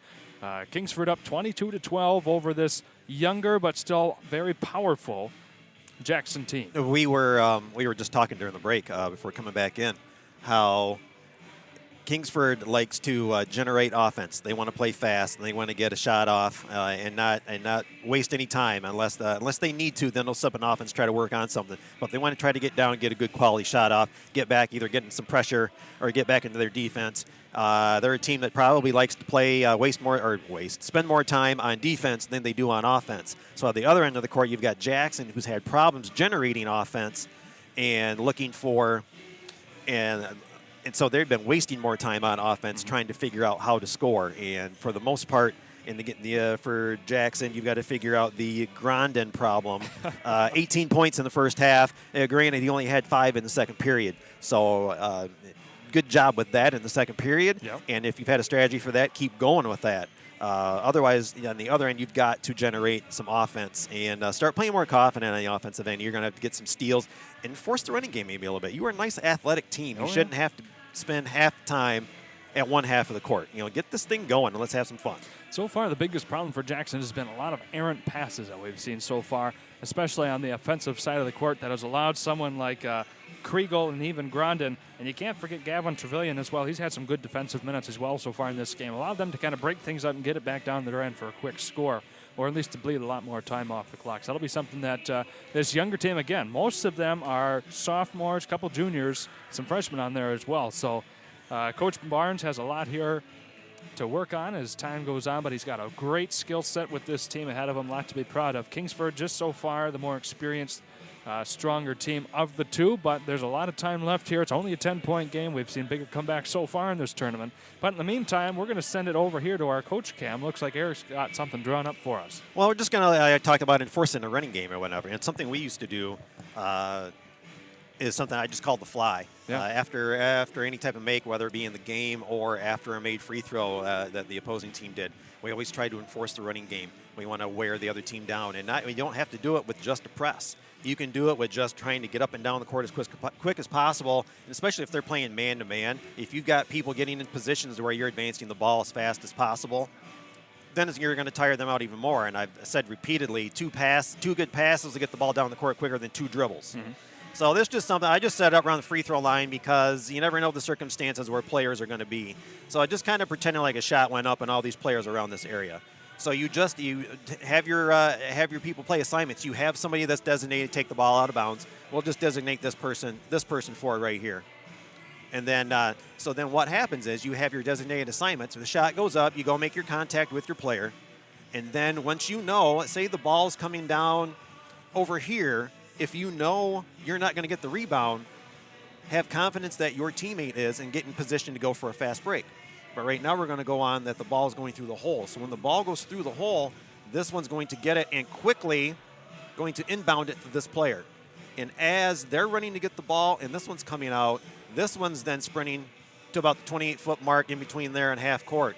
And then your other one's running down here, and then you've got a lane filler. So you've got 3 quick passes, and you've either got a layup or you've got this one coming in and it's a dump off to the other side. Now when we practice this, I would always time my players, and we would do it skeleton, and we would do it with 5 defenders on the court too. And I would actually count out loud 5 seconds. And every time the ball would go in the hole, I would start counting down 5 seconds and make sure that we had a shot off within 5 seconds. It may sound crazy, but if you practice it enough, there's a lot of times where it works, and it can look really cool, and you'll get a lot of compliments for it. Oh, very nice. So, ladies and gentlemen, we are going to keep it right here. Got a little bit more time to go, about 2:45 before we get into our second half of action. Lots of game left to go here in this championship round of this first annual Elk Rapids Invitational. Got, looks like we're trying to bring in cam music. We might not be able to before the halftime break expires. I'll quickly get you some score updates again. Okay. For Kingsford, Gavin Grondin with 18 in the first half. Jack Kriegel with 2.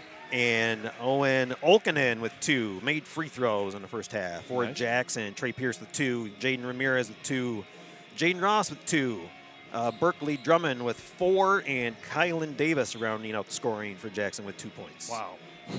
What a difference between these teams. Balanced scoring, but again, we want more points. Exactly. So, and waiting to see Jaden Ross take off and get what's due him. Hopefully he has a better second half.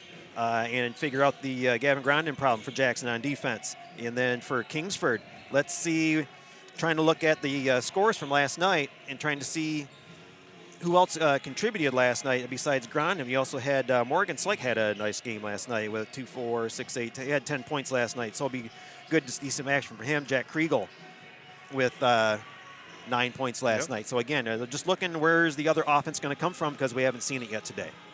Well, let's hope that for Jackson's sake, Kingsford does not make any adjustments, at least for a little while. So Jackson can kind of work their way back into this game, but looks to be we are going to. Yep, and again, for Jackson, you've got 1, 2, 3, 4, 5, 6 made buckets.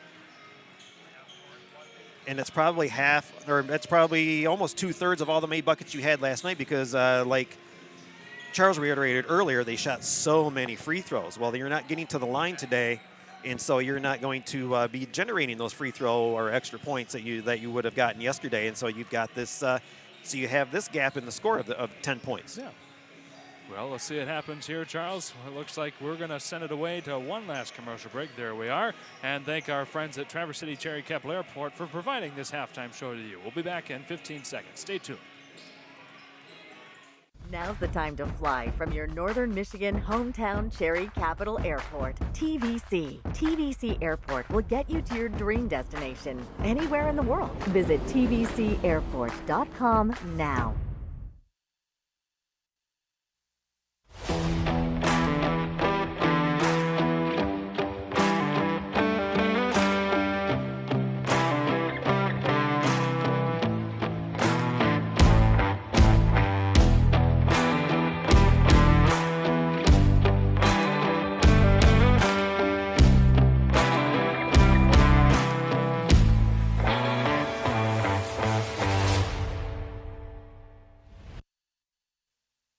And here we are, ladies and gentlemen. Welcome back. We're just about ready to get underway in our second half of action here in the beautiful brand new gymnasium that Elk Rapids and the whole community put together here over the last year.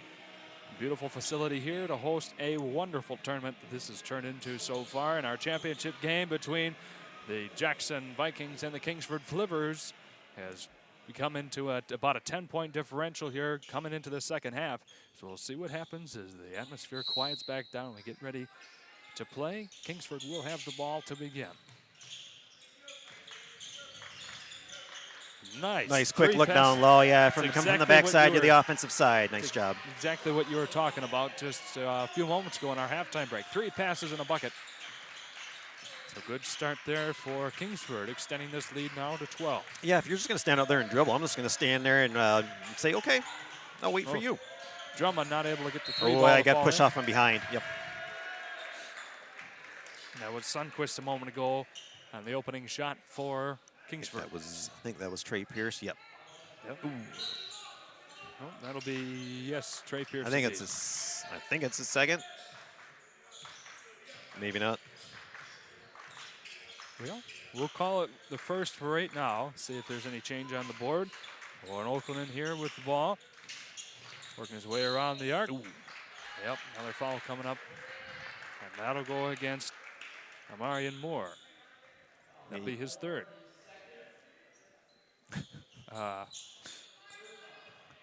There we go. Okay, number 2, third foul as we get the correction down there from the bench. Griego loses his feet momentarily, gets it back off to ground, and another 3, why not? That one's just a little bit off the mark. There on the rebound was Sundquist. Now Okinen. Again, almost gave up the baseline on the hesitation from the wing again. Yep. A good job there defensively for Jackson. Need to get some points here. Oh, they let him get away with that one. He bounced that one up into his ear. Pierce trying everything there to get it up and away. No shot, no foul either. Yep, he's got his lane fillers, get to the middle. That gives you both sides to work with. Nope. Another one up and over by Trevelyan. Missed the shot, commit the foul.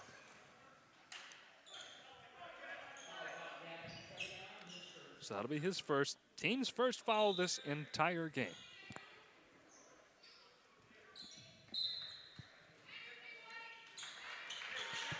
That is. I wonder if they coach that and have to make him run for that foul. I mean, you got to give them credit no matter what. The entire team playing a very clean game with a 12-point lead. Not typical. Berkeley Drummond here gets it off to Moore. Who has a couple fouls so far. Up and away, the long 2, brought to you by Pierce. Jackson needed that one. 10 points, 24-14. Good jump shot, get their scoring going in the second half. Kriegel against Drummond. Around to Trevelyan once more. Picked up the first foul a moment ago in the entire game for the team. Good perimeter defense so far. Kriegel trying to work his way in, spins around, gets that one in. My goodness, you can't stop anybody on that team. Yeah, he decided he was just going to go in the paint, see if he could create, and got that one to fall. Yeah. Ramirez back over to Drummond. Now to Pierce once more. Jackson taking a moment here. Drummond spinning around, gets that one tipped by Kriegel and gets it back. Good recovery after going for the pump fake. Kriegel loses his feet. Drummond gets it right back. 2-on-1 here as he goes all the way. Gets that one knocked out. Gains it once more. Now Amarian Moore tries his hand at things.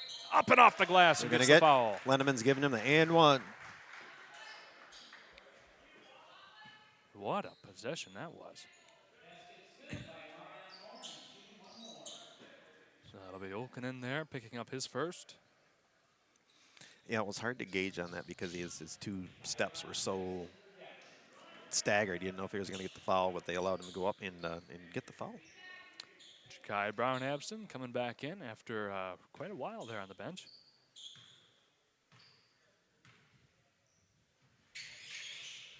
And 3 for 3 there, possible points. So again, something that we talked about at halftime too. That was their first free throw attempt of the night.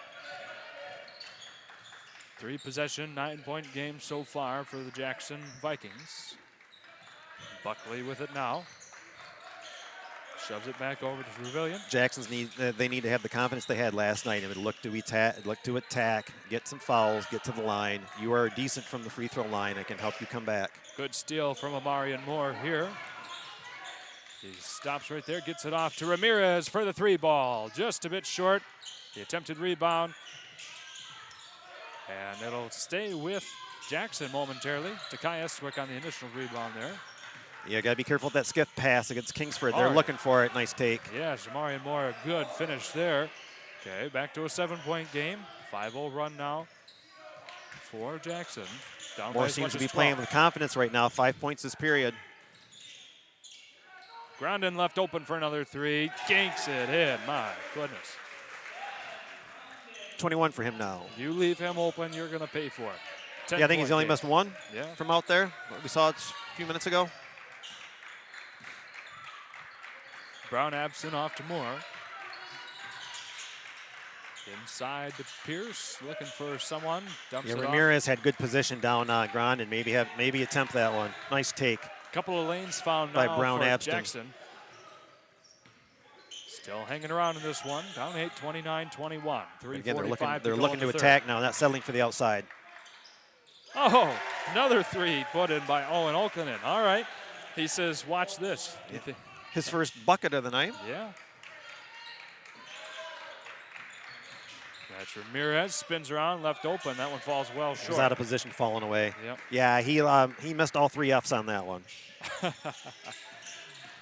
Feet, follow through, and something else. Focus. Focus, there you go. Yes, sir.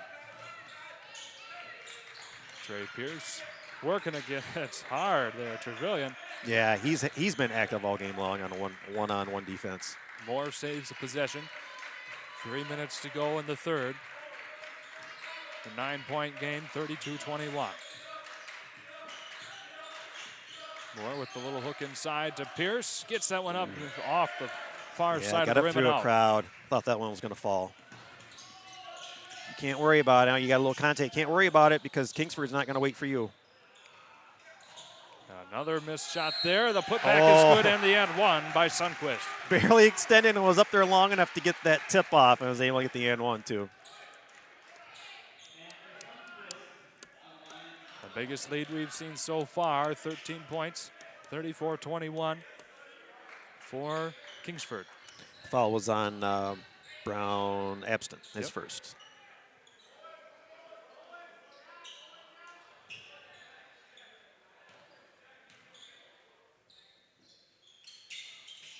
No good on the free throw there.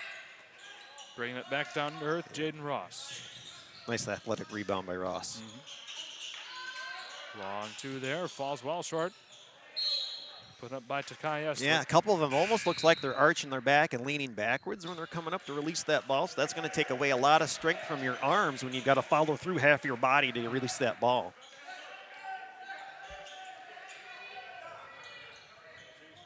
You really got to pack that ball in and then really launch it from your chest almost instead of just having your elbow bent.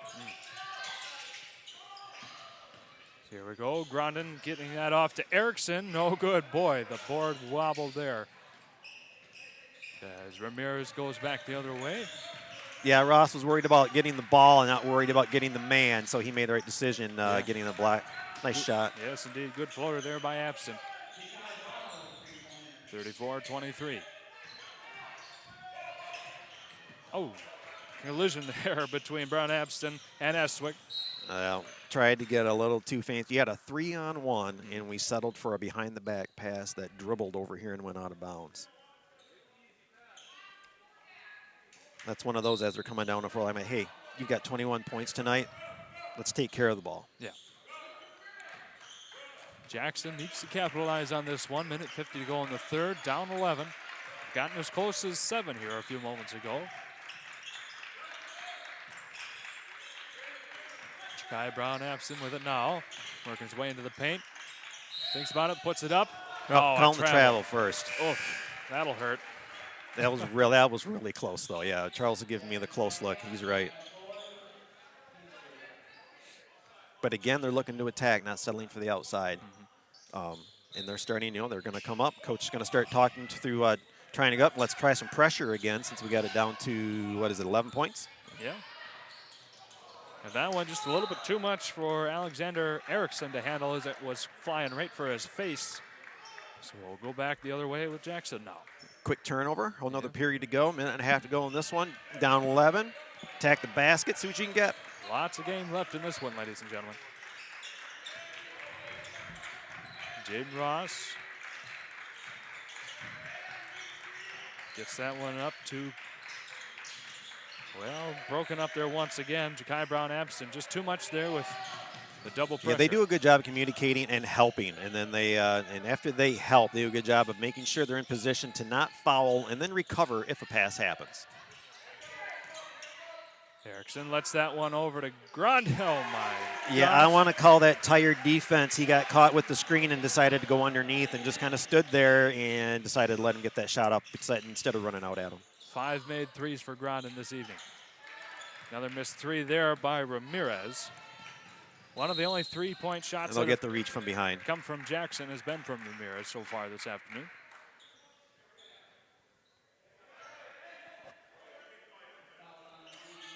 Foul on Ramirez. Only his first.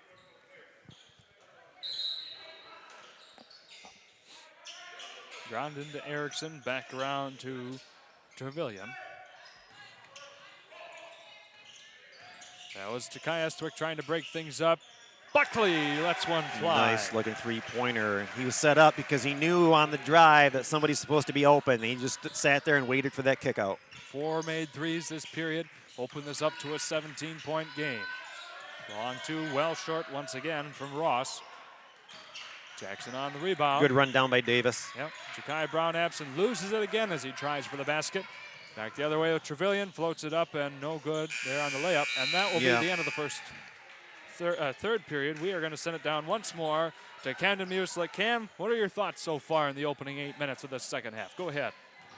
Thanks again, guys. Obviously, still the Grondin show for Kingsford. However, I did just want to touch. I know, obviously, maybe you guys are looking for a little bit of on-court perspective. Abston actually looks really good for Jackson. He's a heck of a ball player. I know, obviously, he's a younger player, as Coach told us. The majority of the team is, but he looks really good out here. If it were me, I'd try and get him in a lot more pick-and-roll sets, get him going downhill towards the basket. 2 turnovers here, and largely he's done it for himself, and then gets to that second level, and then kind of gets a second or third defender coming over there for help. So if I'm Jackson here, I'm trying to get him going downhill, get him in one-on-one situations, and try and see if he can maybe make a pass. All right, thank you, Camden. More words from our friend down there on the baseline. Looks like we're going to keep it right here as we prepare for our fourth and final quarter of action here in this Elk Rapids Invitational Tournament. Yeah, what a great weekend. 2 great days of basketball. Yeah. Kingsford seeming to have this one a little bit more in hand. 17-point lead, 40-23 as we go into this final frame of action. 8 minutes left in this tournament, and then we're going to call it a weekend as well. Yeah, as Jackson started to generate some offense, then we were worrying about if someone other than Grondin was going to show up today. Then you had Olkinen, Kriegel, and Sundquist both contributed in that period, along with Buckley getting a bucket as well, too. Yeah. And away we go, Ja'Kai Brown-Abson and the Jackson Vikings starting this fourth and final corner. We have a timeout early from Coach Milton Barnes. Yeah, Coach didn't like the setup that Kingsford had on defense, so he's going to make sure that he's not having quick turnovers here at the half-court set. Mm-hmm. And it could be something as simple as, depending on if you got a quick guard up there, it could be something that we talk about this all the time. Just keep it simple. Run a 2-man game, set some type of pick and roll, have someone on a wing, have someone on an opposite block, and get some type of drive coming off the screen, already roll to attack the basket, and take an angle when you go for your layup. I know the last one down here, I think it was Trevelyan that came down. He had a wide open chance at a layup. Instead of picking a side and taking an angle, how you normally take a layup off the backboard, a lot of these guys just like to go up the middle and kind of roll it. Well, the percentages of it being the perfect shot when you try to finger roll are a lot less than if you're going to take a nice, decent layup off of the glass like you're taught in elementary school. Charles, you had a headset on? Yeah, I just wanted to talk about the pedigree for head coach Milton Barnes for Jackson High School, one of the leading scorers at Albion University, which is a Division III school down in near Adrian, Michigan. Bucket by Davis. But, I mean, when he's drawing stuff up there, that out of timeout just goes to show you the type of prowess he has for drawing up plays, getting the most out of his players. And with his interview last night, you could tell Coach is engaged with his team. He knows what he has, and so does his team, and he knows how to communicate with them and get the best out of them. The rebound and the bouncy put back by Sundquist there. Back to a 17-point game, 42-25. Another one flying. That one goes off the side of the backboard by Kylan Davis. Punch up there to Kai Estwick. Away we go for a three-pointer, short yet again. Save there by Pierce. Ja'Kai Brown-Abson with it once more. He'll go for a three, off the heel. So far, no threes made in the second half for Jackson. No, and not a three made in this game for Jackson either. Okay.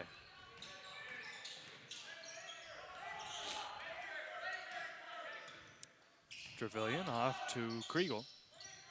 His opposing number 4, Ja'Kai Brown-Abson. Lots of reaching in there. Dumps it back over to Grondin. Now to Kriegel once more. Inside. Backdoor to cut. Oh, should be with the body because he got that ball. It might not even be on Ross. Let's see who they call this on. Well, they do give it to Ross, and they do say it was with the body, Eric. Now, here's something that we'll talk about here between high school and college. In college, if you're clean up top, you're very rarely going to get that foul with the body. No, you've really got to. You really got to be floating into them, so to speak, or really initiating that contact. If you're both going straight up and making contact like that, yeah, like you said in the college game, and they're going to let that go most of the time. Coach Barnes having a word with ref here. Didn't quite think that foul was worthy, but 2 for 2 from the line for Grondin.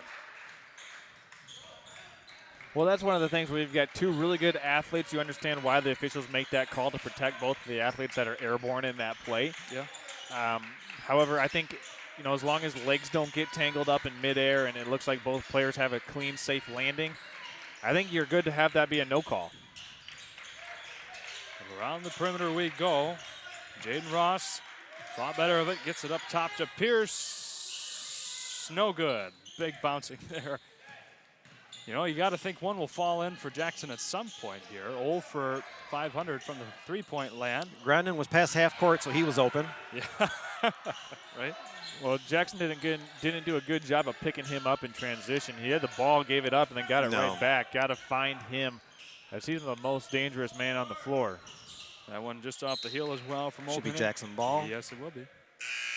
But you talk about the transition defense. It's like one of the last things you work on. I mean, in terms of like what you would, work on in practice. And we talk about not turning your back on the ball on offense when you're going on the floor. Same thing with defense. If you're just going to turn and run down the floor, you got to see where your man is. And a lot of times, coach will have you start finding your man at half court and coming down the court with them, or at least seeing where they are at half court, because you don't know if they're going to go to a different spot that time.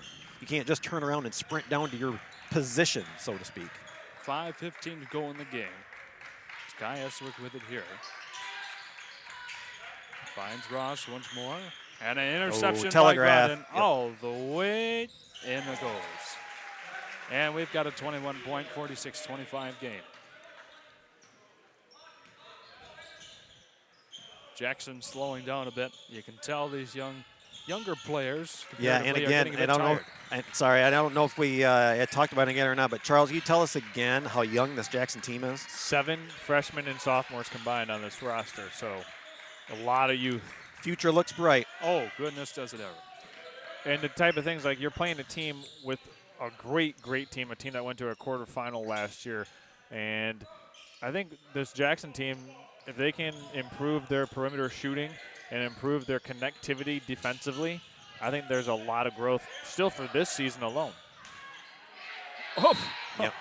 Yeah, good job. He put that hard dribble down to get the defense there and then gave that slight pump fake. When you do that hard dribble, it makes them think they're going to go up. If you just do a baby dribble, they're not just going to come over here and try to knock it away. The thing that I've been impressed with so far for Kingsford is that each player that comes into the game is comfortable playing in their respective role. They're not sped up.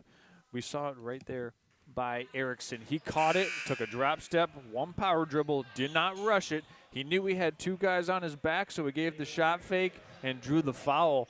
And that's playing within yourself, but it's also a sign of really good coaching, because when you have players that you can insert into the game and just immediately play within themselves and within the scheme of the offense, it really comes to light as Erickson makes the second of the two. As he banked it in. Right, and that was coaching. Yeah, that was coaching. Yeah, hey. There are certain shots where you will tell the kids it's better to use the glass. And the up the middle layup, I usually preach that a lot. It's better to try to use that. You try to get it to bounce off the glass and then teardrop it, unless you can get your hand right up on the rim and let it drop. And yep. I've never experienced that, so I use the glass as much as possible. Jack Kriegel got that one off to Olken. Oh, yeah, I got an undercut there. And you like the hustle there. Yep. Because that's the type of play that your coach wants to see you make. You're down 22 points, and you're diving on the floor still. That'll be Ja'Kai Brown-Abson picking up his second foul there. And Takai Hastwick picked up his first a few moments ago. And that might have been the last we see of Gavin Grondin in the game here, as they got a 22-point lead with 3:30 left. And again, 15 players. Get your kids some minutes whenever you can. Ramirez here, thought better of it, gets it around to Brown-Abson. And over to Ramirez once more. He'll go for the long two, falls well short again. We've seen him just not get all that well set here in the most recent minutes of this game. A couple of missed shots from him. Opposing number fours here, Kriegel and Brown-Abson going at it like pigs at the slop pile. 3 minutes to go in the game. Trevelyan here, stuck in the corner, shoves that one back over to Buckley. Since forcing it, just run some clock, run your offense, get a good, decent shot. Olkinen not able to get that one to fall in. There on the rebound was Amorian Moore.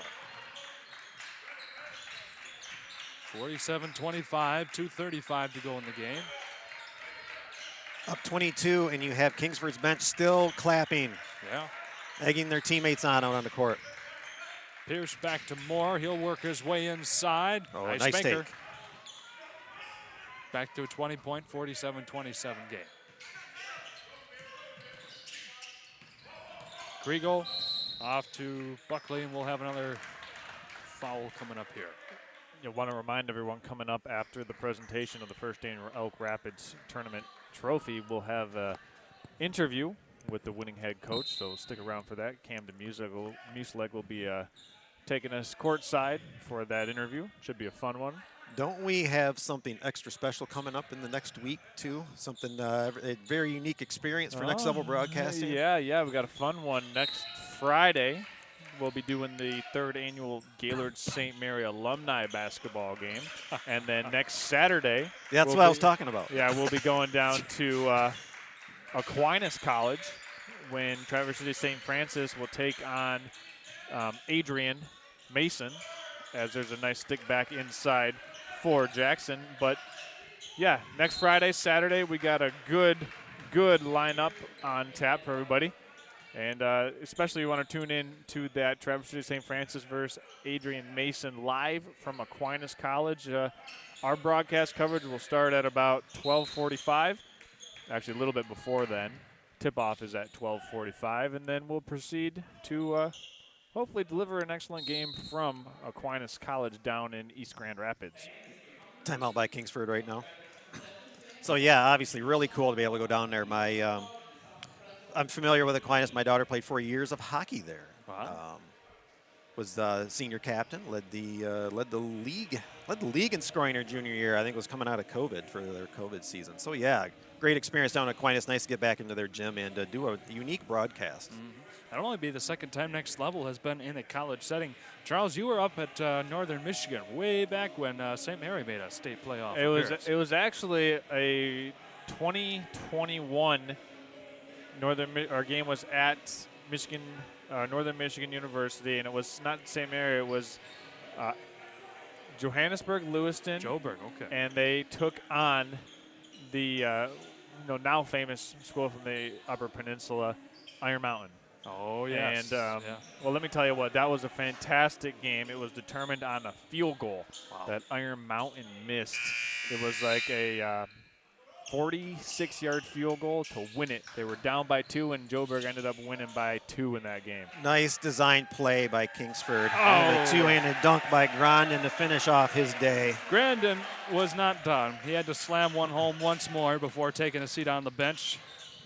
Put a statement piece on this win. Yeah, right here. you get a good screen or weave something when you've got everybody stacked down here, and if you can get them leaked or get a step, and you're quick like he was, and you got a good passer, it becomes what it was. Trey Pierce stepped out of the way of that pass. A little curious there, but we've got Ja'Kai Brown-Abston with a long three, falls away. Still not a singular three-point shot made for this Jackson squad. You know, and again, we talked repeatedly about how many free throws they took last night. They have taken 1 free throw this whole game. Wow. Kriegel works his way out of a jam there in the corner. 75 seconds to go in the game. And Kingsford content to just hold on to things here and let the clock wind right down. Yeah, as we get down to a minute, I'll give you some score updates too, and we'll see if anybody else scores. Owen Okanen with 5, Matthew Sundquist with 6, Jack Kriegel with 4, Jet Buckley with 3, Alex Erickson with 1, and Gavin Grandin with 30 points today. Oh my gosh, how many with a threes minute did to he go. have? 1, 2, 3, 5 threes for Gavin today. Very nice. Trey Pierce with 6 for Jackson, Jaden Ramirez with 2, Marion Moore with 7, Ja'Kai Brown-Abston with 4, Jaden Ross with 2. He had 10 points yesterday, so to him only have 2 today is kind of surprising. Berkeley Drummond with 4, and Kylan Davis rounding out Jackson scoring with 4 points. All right. All the way up we go with Marion Moore. Loses control of that one. And we've got the replay here of that Gavin Grandin slam. Bam. Look at that. This gymnasium has been christened with a couple of different dunks so far in this competition. Yeah, by a few players that we've been able to see this year.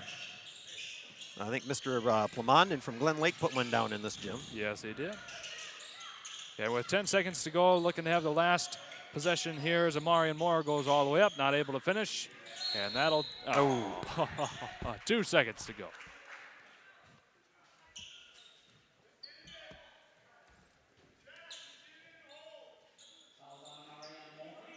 So that'll fall on Marion Moore. Congrats to Kingsford. How many hours do they have to drive come down here to play 2 games? I mean, it'd be at least about a 5.5-hour drive or so. You're all the way over. That's good job by them coming down. Good job by Jackson. What was that, 3.5, 4 hours or so to come up here? I know when we went to Lumen Christi for football, it was a good 4-hour drive. 2 teams from the farthest ends, just about a Michigan you can get. And good job by Elk Rapids putting this on. First annual, and I hope it continues for many years. This was fun. Yeah. A phenomenal tournament that we had here. As we get our post-game interview ready, we will send it down to the court first for the championship trophy presentation. That'll be awarded to Kingsford here for a phenomenal performance in this tournament. Handily beating both teams that they played against by 20 or more.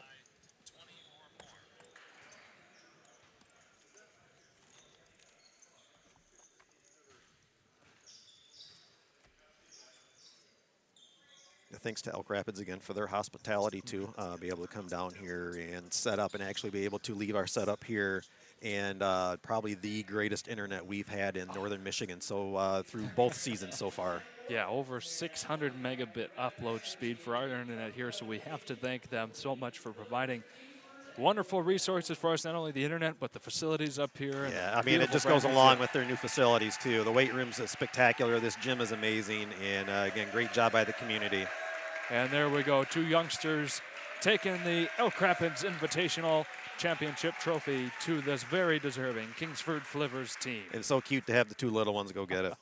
They start this season on a perfect 7-0 run. They've got a lot of promise going into the rest of this season and, of course, into the postseason. As Charles said, they made a quarterfinal run last year. I have no doubts that they'll get at least that far this year. Well, while you guys wrap up the post game and had an interview and whatnot, my rear end's got to get in the truck and head back to the lake house we got the weekend before Christmas and some sales going on, so I got to head back home. Sounds good. Well, thank you very much, Eric, for joining us and being with us all 4 games tonight. This weekend. It's been a lot of fun with you. As we get things set up here, we'll send it down to Camden Muslik here in just a moment for the post-game interview with Coach Ben Olson.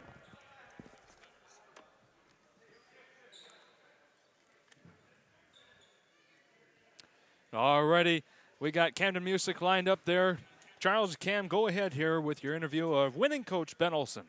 Yeah, absolutely. Thank you guys so much. And I am joined here, obviously, by head coach Ben Olson. Ben, you can't really talk about this tournament without talking a little bit about Gavin Groudon. How important was he for you guys? He's our guy, right? And that we try to get him the ball in as many good positions as we can.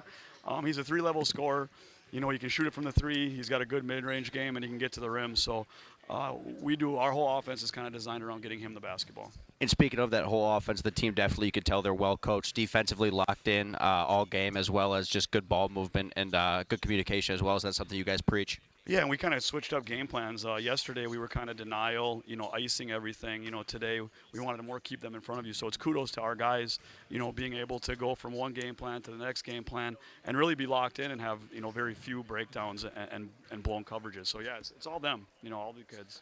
And maybe finally, Coach, just somebody who maybe didn't fill out the stat sheet quite as much as maybe other people, but jumped out to you, made a strong impression presence today. Well, we lost our big guy, Morgan Slike, yesterday. So the 2 centers that stepped up, Alex Erickson and Matt Sundquist did a great job today, and they're continuing to earn minutes. And then we have a sophomore that we just pulled up, Jet Buckley, who's done a really good job, number 15. Yep. So I would say those 3, the centers that kind of stepped up and filled a big role, and then our sophomores been playing really well. Appreciate it, Coach. Congratulations again. Yep, thank you. Coach, yeah, absolutely. The Flivers. Congrats to the boys. All right, thank you very much, Cam. And a wonderful post-game interview here to wrap up a very successful weekend on the first annual Elk Rapids Invitational. We at Next Level Broadcasting want to thank you all so much for tuning in here this weekend. And we hope to see you all again very soon. But until then, for the 5 of us here tonight, Camden Muslik, Jessica Alcorn, Eric Huffman, Charles Strail, and myself, Shane Smith, we all hope that you have a wonderful weekend. We wish these teams a safe trip home and have a wonderful, wonderful rest of your day. Thank you again for tuning in.